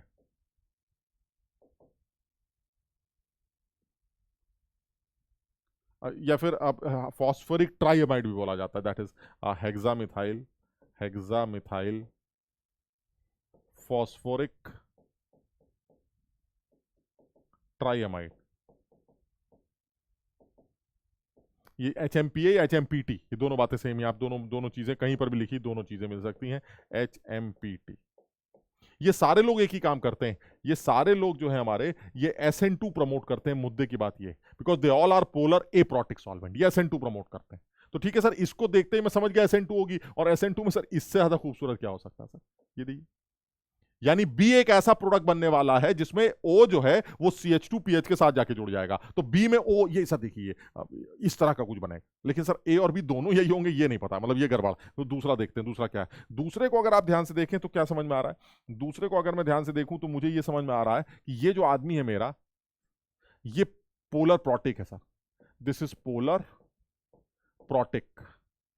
यानी ये पक्का कौन सी रिएक्शन प्रमोट करने वाला है सर, ये पक्का SN1 रिएक्शन प्रमोट करने वाला है। और अगर SN1 प्रमोट करने वाला है तो सर ये आयोडाइड टूटेगा और एक कार्बोकेटायन बनेगा, और ये जो कार्बोकेटायन बना है ये एक इलेक्ट्रोफाइल होगा, और ये इलेक्ट्रोफाइल पक्का जो है वो सब्स्टिट्यूशन रिएक्शन शो करेगा, इसमें कोई शक नहीं।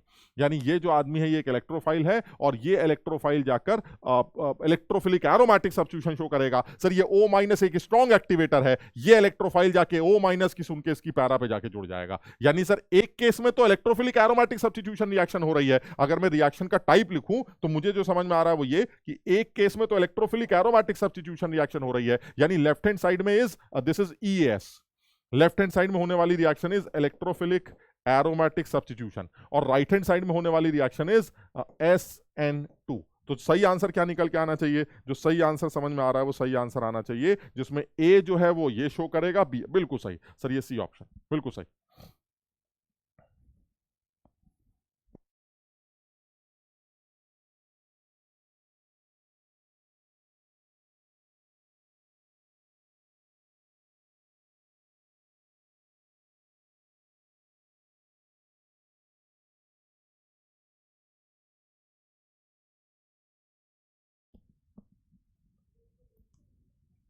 क्लियर है,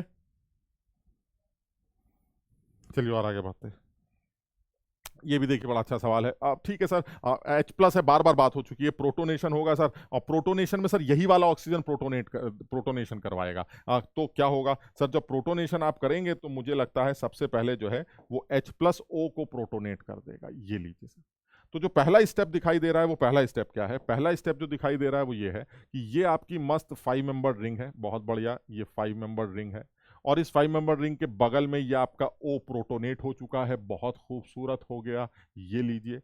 उसके बगल में सर एक और 5 मेंबर रिंग आपने लगाई है, बहुत बढ़िया, ये लीजिए 5 मेंबर रिंग जिस पर यहां डबल बॉन्ड ओ है। चलिए आप क्या करेंगे सर, जैसे ही आपने प्रोटोनेशन किया तो सर अब आप समझिए बात को, ये रिंग तो टूटेगी सर, ये बॉन्ड तो टूटेगा, ओ पर प्लस है सर, ये बॉन्ड तोड़ा जाएगा। तो जब ये बॉन्ड तोड़ेंगे तो क्या होगा, बहुत आसान है सर, ये देखिए ये बॉन्ड यहां से टूटेगा और यहां पॉजिटिव चार्ज आ जाएगा। अब क्या करोगे भैया, सर ये पॉजिटिव चार्ज आते ही बगल की रिंग के एडजेसेंट कार्बन पे प्लस है सर, ये पक्का रिंग एक्सपेंशन का केस बनेगा सर, ये रिंग एक्सपैंड कर जाएगी। अपने आप समझना, अगर समझदार हो तो अपने आप समझने की कोशिश करना, ये रिंग अपने आप एक्सपैंड कर जाएगी सर। मुझे जो आंसर समझ में आता है वो डी आता है, क्योंकि एक रिंग 6 बनेगी सर, ये वाली रिंग 6 बनेगी जिस पर 2 डबल बॉन्ड होंगे। समझ पा रहे हैं आप बात को, जैसे ही यहां से एक्सपैंड करेगा यहां प्लस आ जाएगा, ओ के नीचे प्लस है, डबल बॉन्ड ओ बन जाएगा sir, 2 double bond O adjacent होंगे 6 मेंबर रिंग के अंदर और एक 5 मेंबर रिंग साथ में चिपकी होगी।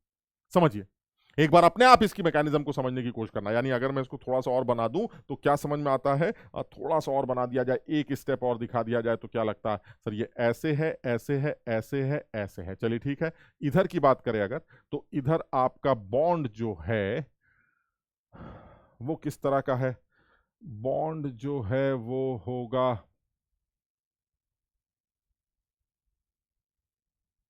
ये 5 मेंबर रिंग है, ये रिंग एक्सपैंड कर जाएगी, यहां पर आपका प्लस आ जाएगा। तो जरा सा सिचुएशन देखना क्या है, अच्छा ये 5 मेंबर रिंग हो गई, उसके बाद ये रिंग एक्सपैंड कर गई, तो सर ये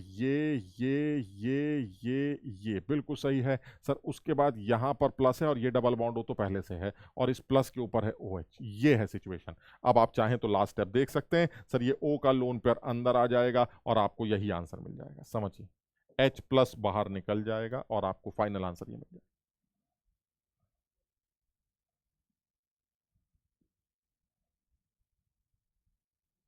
क्लियर है, चलिए और आगे बढ़ते हैं।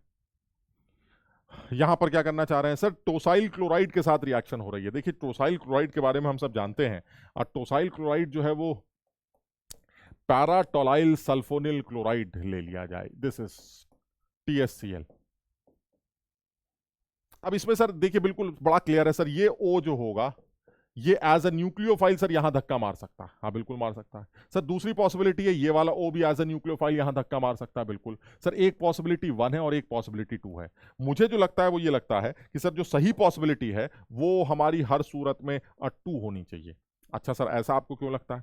ऐसा इसलिए लगता है क्योंकि सर अगर O ने धक्का मारा तो OTS आ जाएगा। अच्छा, अगर OTS आ गया तो वापस O का लोन पेयर धक्का मार के TS को निकाल भी सकता है, लेकिन सर अब उसका धक्का मारना मुश्किल हो जाएगा बिकॉज दिस इज 3 डिग्री। तो अगर आपने सेकंड ऑप्शन सही ले लिया तो आप फर्दर स्टेप्स नहीं कर पाएंगे। यानी कहने का मतलब क्या हुआ सर, ये जो सेकंड ऑप्शन है ये सेकंड ऑप्शन आपका गड़बड़ है, ये सही नहीं है। सही तो आपका फर्स्ट ऑप्शन है। कैसे, वो देखते हैं जरा। सर सबसे पहले जैसे ही O इसको प्रोटोनेट करेगा तो क्या बनेगा सर, ये देखिए ये आपका एक 6 मेंबर रिंग थी, यहां डबल बॉन्ड है, उसके बाद यहां आपका CH2 है और यहां आ जाएगा आपका OTS।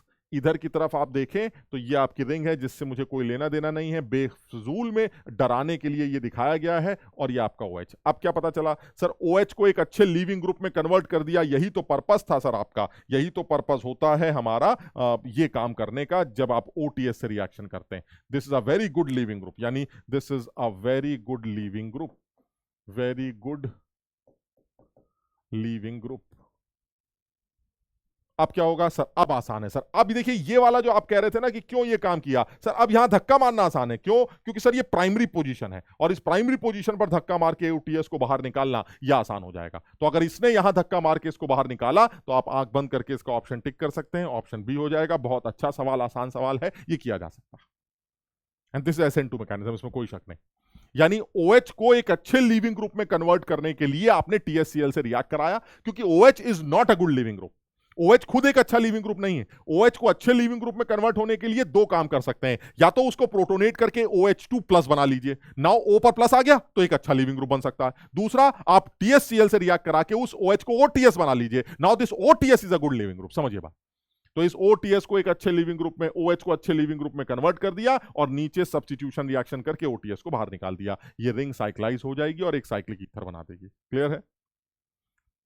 ये देखिए क्या करना चाह रहे हैं, HI एक्सिस में है, क्या प्रोडक्ट बनेगा? बड़ा अच्छा सवाल पूछा गया सवाल है। अगर HI एक्सिस में है तो सर ऊपर भी प्रोटोनेट करेंगे, नीचे भी प्रोटोनेट करेंगे, तो इसमें नया क्या है सर? ये देखिए ये आपका रिंग हो गई, इस रिंग के साथ ये डंडे हो गए, यहां पर आ गया आपका CN, इससे मुझे कोई लेना देना नहीं है, और ये आ गया आपका रिंग, और इधर आ गया आपका ये O।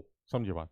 अब इस O को आपने प्रोटोनेट किया, इस O पर प्लस आ गया और इस O पर भी प्लस आ गया एक्सेस में। अब क्या होगा सर? बिल्कुल आसान है, अब तो कोई झंझट दिखाई नहीं देता सर, बिल्कुल क्लियर लगता है कि इस केस में अब ऊपर की तरफ से देखें तो ये जो I माइनस है, इस I माइनस के पास दो ऑप्शंस दिखाई देते हैं। वो इस कार्बन पर अटैक करके इसको भगा सकती, बिल्कुल सही है, और दूसरा वो काम क्या करेगी, वो इस कार्बन पर अटैक करके इसको भगा सकती है। आप समझिए जरा बात, क्यों कह रहा हूं मैं? बिकॉज इस कार्बन पर अटैक करना इसके लिए रिलेटिवली आसान है, बिकॉज ऑफ इस कार्बन को देखें तो ये विड्रॉइंग नेचर होगा, इस विड्रॉइंग नेचर की वजह से इस कार्बन पर SN2 रिएक्शन कर पाना ये आसान हो जाएगा। यानी ये I माइनस इस कार्बन पर अटैक करके इस अल्कोहल को निकालेगा, यहां अटैक करके इसको निकालेगा, तो जो आंसर समझ में आता है वो आंसर क्या समझ में आता है, ये रिंग हो जाएगी। इस रिंग में यहां पर OH आ जाएगा क्योंकि बाकी वो सारी बकवास निकल चुकी है। नीचे की तरफ यहां आ जाएगा आपका CN, और इस CN के साथ इधर लगा होगा एक I। बाकी सारी चीजें अलग हो चुकी होंगी, यानी जो सही आंसर लगता है वो लगता है ये वाला। समझिए, और बात हो चुकी है OH फर्दर, क्योंकि एक्सेस में है तो ऐसा लगता है जैसे ये फर्दर HI से रिएक्ट करेगा, तो हमारी बात हो चुकी है फिनॉल फर्दर HI से रिएक्ट नहीं करते। तो इसका मतलब जहां फिनॉल बन गया या एरोमेटिक अल्कोहल बन गया, एरोमेटिक फिनॉल इनॉल बन गया, तो आप फर्दर उसकी रिएक्शन शो नहीं कर सकते। क्लियर है? चलिए और आगे बढ़ते हैं। इस सवाल में पूछा जा रहा है कि कितने HI की जरूरत पड़ेगी, तो बड़ा क्लियर है सर, एक HI यहां लगेगा। पागल हो गए हो, अभी तो बात हुई थी फिनॉल HI के साथ फर्दर रिएक्ट नहीं करेगा, लेकिन अल्कोहल, ये तो अल्कोहल है सर, ये पक्का रिएक्ट करेगा, यानी एक HI यहां चाहिए। दूसरा सर ये देखिए, ये भी ईथर है सर, ये ईथर भी रिएक्ट कर सकता है, लेकिन एक ही HI चाहिए, क्योंकि जैसे ही फिनॉल बनेगा फिनॉल फर्दर रिएक्ट नहीं करेगा। तो सर एक इक्विवेलेंट यहां चाहिए, एक यहां चाहिए, और कहीं हाँ सर ये देखिए डबल बॉन्ड है, हमने पढ़ा है डबल बॉन्ड भी तो HX के साथ रिएक्ट करते हैं, याद है वो मार्कोनी टार्कोनी वाली बातें। सर इसका मतलब ये हुआ एक HI यहां लगेगा, एक यहां और एक यहां, कुल मिला के 3 मोल HI की जरूरत पड़ेगी। अच्छा सवाल, इसको देखते हैं क्या कह रहे हैं। बड़ा अच्छा सवाल बनाया गया। इसमें ये कहना चाह रहे हैं कि मेरे पास एक कीटोन और एक एस्टर, आपने सबसे पहले इथाइलिन ग्लाइकॉल ले लिया। इथाइलिन ग्लाइकॉल H+ के एनवायरनमेंट में जो प्रोसेस शो करता है, इसको कैप फॉर्मेशन का नाम दिया जाता है। This is cap formation. क्या करता है? प्रोटेक्शन। किसका? Protection of pure carbonyl group. Pure, pure कौन से होते हैं? Aldehydes and ketones. Sir CO group को प्रोटेक्ट करने का काम करता है। चलिए ठीक है, तो कैसे करेंगे सर? बड़ा आसान है सर, जैसे आप इथाइलिन ग्लाइकॉल इसके मुंह पे मारेंगे तो जो सबसे पहला स्टेप बनेगा वो क्या बनेगा? सबसे पहला स्टेप बनेगा, ये हो जाएगा आपका प्रोटेक्ट। ये हो गया आपका प्रोटेक्ट, और नीचे जो बकवास चल रही है उसको चलने दीजिए, और यहां आ जाएगा एस्टर COOET। अब बताइए आप क्या करना चाह रहे हैं? प्रोटेक्शन हो गया। हाँ सर, अब बताइए क्या करेंगे? अब लिथियम एल्यूमिनियम हाइड्राइड डाला जा रहा है, क्या करने के लिए? रिड्यूस करने के लिए। किसको? सर इस एस्टर को रिड्यूस करके अल्कोहल में कन्वर्ट कर दीजिएगा। खत्म हो गया सवाल सर। यानी ये आ गया आपका प्रोटेक्शन वाला मामला। सर ये टोपी पहनी हुई है और आपने इसको रिड्यूस करके अल्कोहल में कन्वर्ट कर दिया। अब क्या करेंगे सर? एसिडिक एनवायरनमेंट डाला तो ये टोपी दोबारा उतर जाएगी। सर ये टोपी दोबारा उतर जाएगी, और ये आपका आंसर, ये डबल बॉन्ड O CH3, और इधर अल्कोहल आया CH2OH। देख के लगता है जो आंसर होना चाहिए वो भी होना चाहिए। समझिए बात को, यानी मैं ये बताना चाह रहा हूं कि to protect pure carbonyl compounds हमें उसको टोपी पहनानी पड़ती है। इसके बाद जो भी रिएजेंट आप डालेंगे वो टोपी के ऊपर से बह के निकल जाएगा और वो डबल बॉन्ड बच जाएगा। जब आपका काम खत्म हो जाए तो टोपी उतार के फेंक दीजिए हाइड्रोलिसिस करके। समझिए, क्लियर है? और आगे बढ़े। यहां पर ये कहना चाह रहे हैं, ये बड़ा अच्छा सवाल है सर, ये तो ग्रिग्नार्ड है सर, और ग्रिग्नार्ड के बारे में आप बता चुके हैं, दिस इज माइनस। ग्रिग्नार्ड के बारे में आप बता चुके हैं, इसका पहला काम एसिड बेस रिएक्शन है। सर आगे कुछ मत देखिएगा, अगर इसको एसिडिक हाइड्रोजन मिल जाए तो दे दीजिएगा, और दुनिया जानती है अल्कोहल से लगी हाइड्रोजन एसिडिक है। ग्रिग्नार्ड सबसे पहले एसिडिक हाइड्रोजन लेके भाग जाएगा और बेंजीन तैयार हो जाएगी। समझिए, अच्छा सवाल बनाया गया है। जो लोग नहीं जानते हैं वो न जाने इस सवाल को क्या क्या करके सत्यानाश कर देंगे, लेकिन ग्रिग्नार्ड के 4 कामों में ये सबसे पहला काम आज इसको मिल गया, क्योंकि ग्रिग्नार्ड सबसे पहले किसी एसिडिक हाइड्रोजन को ढूंढकर एसिड बेस रिएक्शन ही करने की सोचता है। यानी finally answer should be a benzene. ये भी बहुत अच्छा सवाल है। अगर आपको याद हो तो हम लोगों ने एक रिएक्शन पढ़ी हुई है सब लोगों ने, कि फिनॉल जो होता है उसको एक तरीके से बनाया भी जा सकता है and that was fries rearrangement. OCO-CH3 AlCl3 की प्रेजेंस में फ्राइज, जिसको आप फ्राइज रीअरेंजमेंट बोलते हैं, ये OH और ये CO-CH3 बनाता है। ये जो भी समझ लो, ये हमने हाइड्रोजन बॉन्डिंग की वजह से ऑर्थो वाला दिखा है, but this rearrangement is known as a Fries rearrangement. This is fries.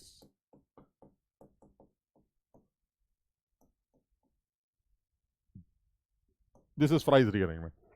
अब यही चीज यहां पर भी आप समझिए, कहना क्या चाह रहे हैं, हीटिंग एनहाइड्रस AlCl3 के साथ अगर आप किसकी हीटिंग करें ताकि ये बने, तो आप समझिएगा जरा, OH के ऑर्थो वाला भी बनेगा और पैरा वाला भी बनेगा, तो यानी OH के बगल में ये लगाया, तब जब था क्या वो, तब वो था O के साथ COCH3, यानी जो O के साथ लगा होता है वो O के ऑर्थो या पैरा पर जाके चला जाता है। यानी अगर मैं देखूं तो O के साथ जो लगा है, ये समझिएगा, इसकी जो पैरा पर गया है वो आदमी होना चाहिए था जो O के साथ लगा होता। समझिए बात।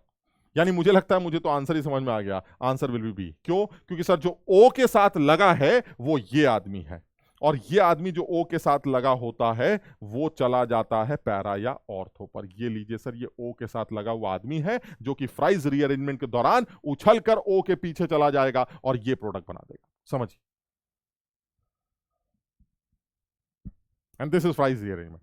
मैकेनिज्म बहुत सिंपल है सर, ये AlCl3O के इलेक्ट्रॉन ले लेता है और AlCl3O के इलेक्ट्रॉन लेते ही O पर प्लस आ जाता है, वो बगल से इलेक्ट्रॉन्स खींचकर एक इलेक्ट्रोफाइल बनाता है जो ऑर्थो पर और पैरा पे जाके जुड़ जाता है। वो यहां पर भी है, जैसे ही आप AlCl3 डालेंगे सर यहां AlCl3 आ जाएगा, AlCl3 आते ही O पर प्लस आ जाएगा, जैसे ही O पे प्लस आएगा वो इधर से इलेक्ट्रॉन्स खींचकर यहां कार्बोकेटायन बनाएगा और ये जाके इस O की पैरा पे जुड़ जाएगा और आपको ये आंसर मिल जाएगा। खत्म। So answer should be B. Clear?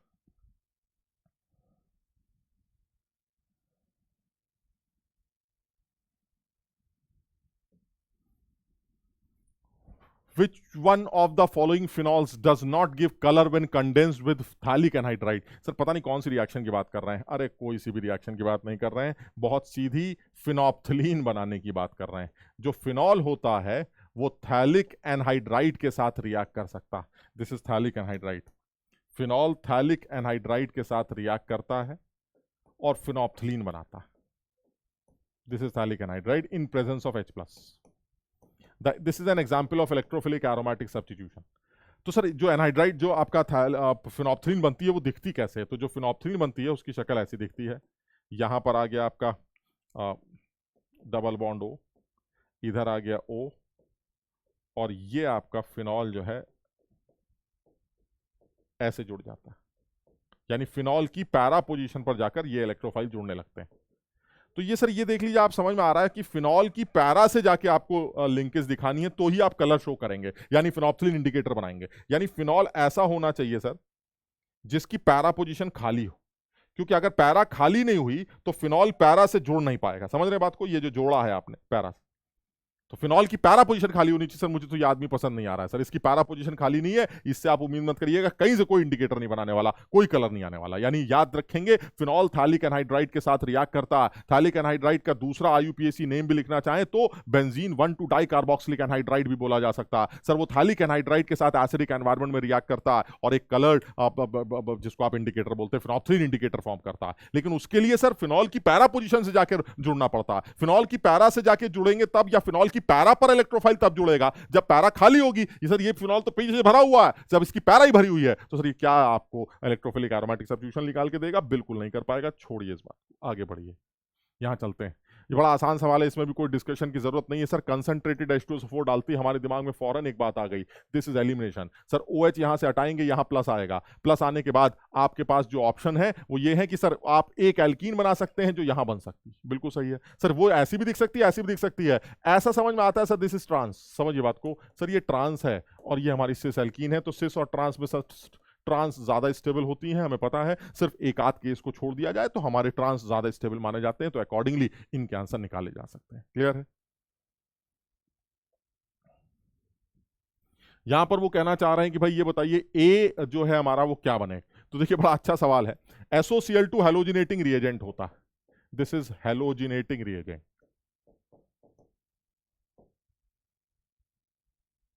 और ये जो हेलोजिनेटिंग रिएजेंट है करता क्या है सर, ये OH हटा के Cl लगाता है। लेकिन OH कौन से हटा पाएगा ये देख लेते हैं सर। एक तो ये अल्कोहल वाला OH हटा देगा बिल्कुल, और ये अल्कोहल वाला, ये सर OH हटाता है और Cl लगाता है, लेकिन सर ये फिनॉल को रिप्लेस नहीं कर पाएगा। आप समझिए, फिनॉल को हटाने वाली कहानी नहीं है, क्योंकि ये SOCl2 SN2 मैकेनिज्म से ये हरकत करता है, या फिर इंटरनल सब्स्टिट्यूशन से ये काम करता है सर। ये SN2 या SNI फॉलो करता है, और हमें पता है फिनॉल जो होता है सर ना, वो किसी भी मैकेनिज्म से यहां से रिप्लेस नहीं हो सकता। तो अल्टीमेटली देखा जाए तो ये OH रिप्लेस हो सकता है, ये OH रिप्लेस हो सकता है। आपका आंसर सर इन दोनों में से तो आ सकता है, लेकिन सर OH फिनॉल वाला जो OH है वो रिप्लेस नहीं हो सकता। तो इसका आंसर अकॉर्डिंगली लिख सकते हैं। चलिए और बात करते हैं। The major product of the following, my god H2SO4 डाल रखा है सर, फिर वही कहानी सर, पानी बाहर निकलेगा, यहां कार्बोकेटायन बनेगा, उसके बाद तो क्या ही सोचना सर, जो डबल बॉन्ड बनाने जा रहे हैं आप, वो डबल बॉन्ड ऐसा बनाइएगा जो कि, दिस अगेन एलिमिनेशन प्रोसेस, वो डबल बॉन्ड आप ऐसा बनाइएगा जो कि रेजोनेंस में आ जाए, जितना ज्यादा बेहतर हो उतना अच्छा है। यानी सर ये आ जाएगा CH2CH3 और ये alternate. Now this double bond is conjugated double bond, जो कि ज्यादा स्टेबल सिचुएशन लगती है, so the answer should be A। Clear है? चलिए और बात कर लेते हैं। ये कहना चाहते हैं क्या आप बता सकते हैं इनमें से इसको आप कभी नहीं बना सकते? तो मैंने सबसे पहले इस आदमी से पूछा तुम कौन सी डिग्री के अल्कोहल हो, उसने कहा 3 डिग्री अल्कोहल। मैं समझ गया, फॉर्मल्डिहाइड तो 3 डिग्री अल्कोहल कभी बना ही नहीं सकता। आपको जो करना कर लीजिए, क्योंकि फॉर्मल्डिहाइड के साथ ग्रिग्नार्ड रिएक्ट करके प्राइमरी अल्कोहल्स बनाता है, किसी और एल्डिहाइड के साथ ग्रिग्नार्ड रिएक्ट करके सेकेंडरी अल्कोहल बनाता है, और कीटोन्स के साथ ग्रिग्नार्ड रिएक्ट करके टर्शरी अल्कोहल बनाता है। सर साफ दिखाई देता है, बाकी सब तो कीटोन्स हैं, वो टर्शरी अल्कोहल तो बना लेंगे, लेकिन सर ग्रिग्नार्ड फॉर्मल्डिहाइड के साथ टर्शरी अल्कोहल नहीं बना पाएगा। सर एक और सवाल ले लेते हैं। HBr के साथ रिएक्शन आपको एरोमेटिक प्रोडक्ट, मैंने ये हाइड्रोकार्बन्स में भी कराया हुआ सवाल है, बहुत आसान सा सवाल था सर। आपने सबसे पहले HBr डाला तो सर O पर प्रोटोनेशन, O प्रोटोनेट होगा तो O पर प्लस आ जाएगा। जैसे ही O पे प्लस आएगा तो क्या होगा सर, जैसे ही O पे प्लस आएगा ये इलेक्ट्रॉन्स खींच लेंगे, यहां कार्बोकेटायन बनेगा, और इस कार्बोकेटायन पर जाके Br जुड़ जाएगा। यानी जितना समझ में आता है वो ये कि जो पहला स्टेप समझ में आ रहा है वो ये आ रहा है कि ये रिंग है, इसे अपने आप करोगे तो ज्यादा समझ में आएगा। यहाँ OH है, ये ऐसे है, ये ऐसे है, ये ऐसे है, और इस जगह पर ऑलरेडी एक डबल बॉन्ड है, और ये आपका यहाँ पर प्लस आ गया। इस प्लस पे जाके Br आ जाएगा, तो जो आपका पहला प्रोडक्ट बना वो ये बना। यहाँ OH है, और ये और ये डबल बॉन्ड, और यहाँ आपका Br।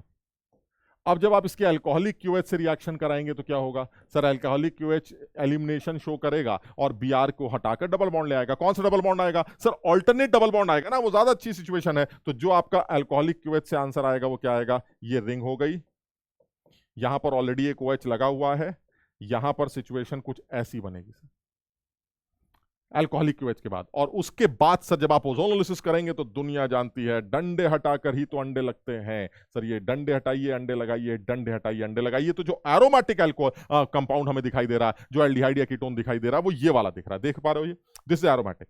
यानी यहां पर डबल बॉन्ड O आ जाएगा सर, ये आपका फाइनल आंसर होगा जो देखने से आसान लगता है। क्लियर है?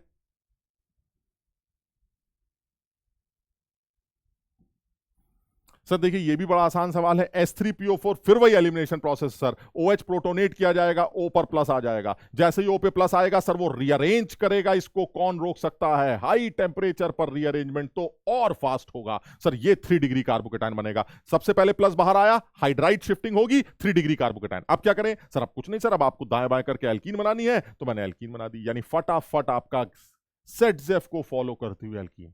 लेकिन सर जब आप ये काम करते हैं तो दिस इज HBO, और HBO के बारे में बात हो चुकी है, this is anti Markovnikov addition of water, this is anti Markovnikov addition of पानी। और एंटी मार्कोनी तो ऐसे ही समझ में आता है सर। सर जब आप इसका एंटी मार्कोनी कॉफिडिशन दिखाएंगे तो सर ये और OH बाहर गलत जगह पर लग जाएगा। अगर यही OMDM होता तो OH अंदर लगता, लेकिन सर ये HBO है तो OH एंटी मार्कोनी के हिसाब से बाहर लगेगा। ये आपका फाइनल आंसर आएगा। क्लियर है? तो भाई सब लोग इस बात को थोड़ा सा समझेंगे, चीज़ें आसान हैं, चीज़ें मुश्किल नहीं है। थोड़ा सा देखोगे तो सारी चीज़ें समझ में आ जाएंगी। तो मुझे लगता है कि आज इतना ही करते हैं। Alcohol phenol ether important chapter है, सब लोग इसको एक बार अच्छी तरह से रिवाइज करें। हमारा पर्पस ये नहीं है कि हम तुम्हें अल्कोहल फिनॉल ईथर समझा दें या याद करवा दें या पढ़ा दें। मेरा पर्पस ये है कि तुम्हें कुछ सवाल दिखाकर एडवांस या मेंस लेवल के तुम्हें सिर्फ इतना कॉन्फिडेंट बना दिया जाए कि चीजें समझी तो जा सकती हैं, क्योंकि चीजें बहुत रिपीट करती। आप समझिए, इसमें ऐसा नहीं है कि सर हर केस में नया ड्रामा, हर केस में नया ड्रामा, बिल्कुल नहीं। आप देख लीजिए ज्यादातर सवालों में कुछ चीजें रिपीट मारती हैं। तो एक बार अल्काइल हैलाइड का चैप्टर जिसका कंप्लीट हो जाए सही से, उसको आगे जो है चीजें रिपीट होती हुई ही नजर आती। तो बहरहाल, तो आज इतना ही करते हैं। अगली क्लास में फिर मुलाकात करेंगे। अगली बार फिर से देखा जाएगा आगे कौन से चैप्टर करेंगे। तो सब लोग जम के मेहनत करें, खूब कोशिश करें, और कोशिश करेंगे तो सब कुछ अच्छा रिजल्ट निकाला जा सकता है। ठीक है, थैंक यू सो मच।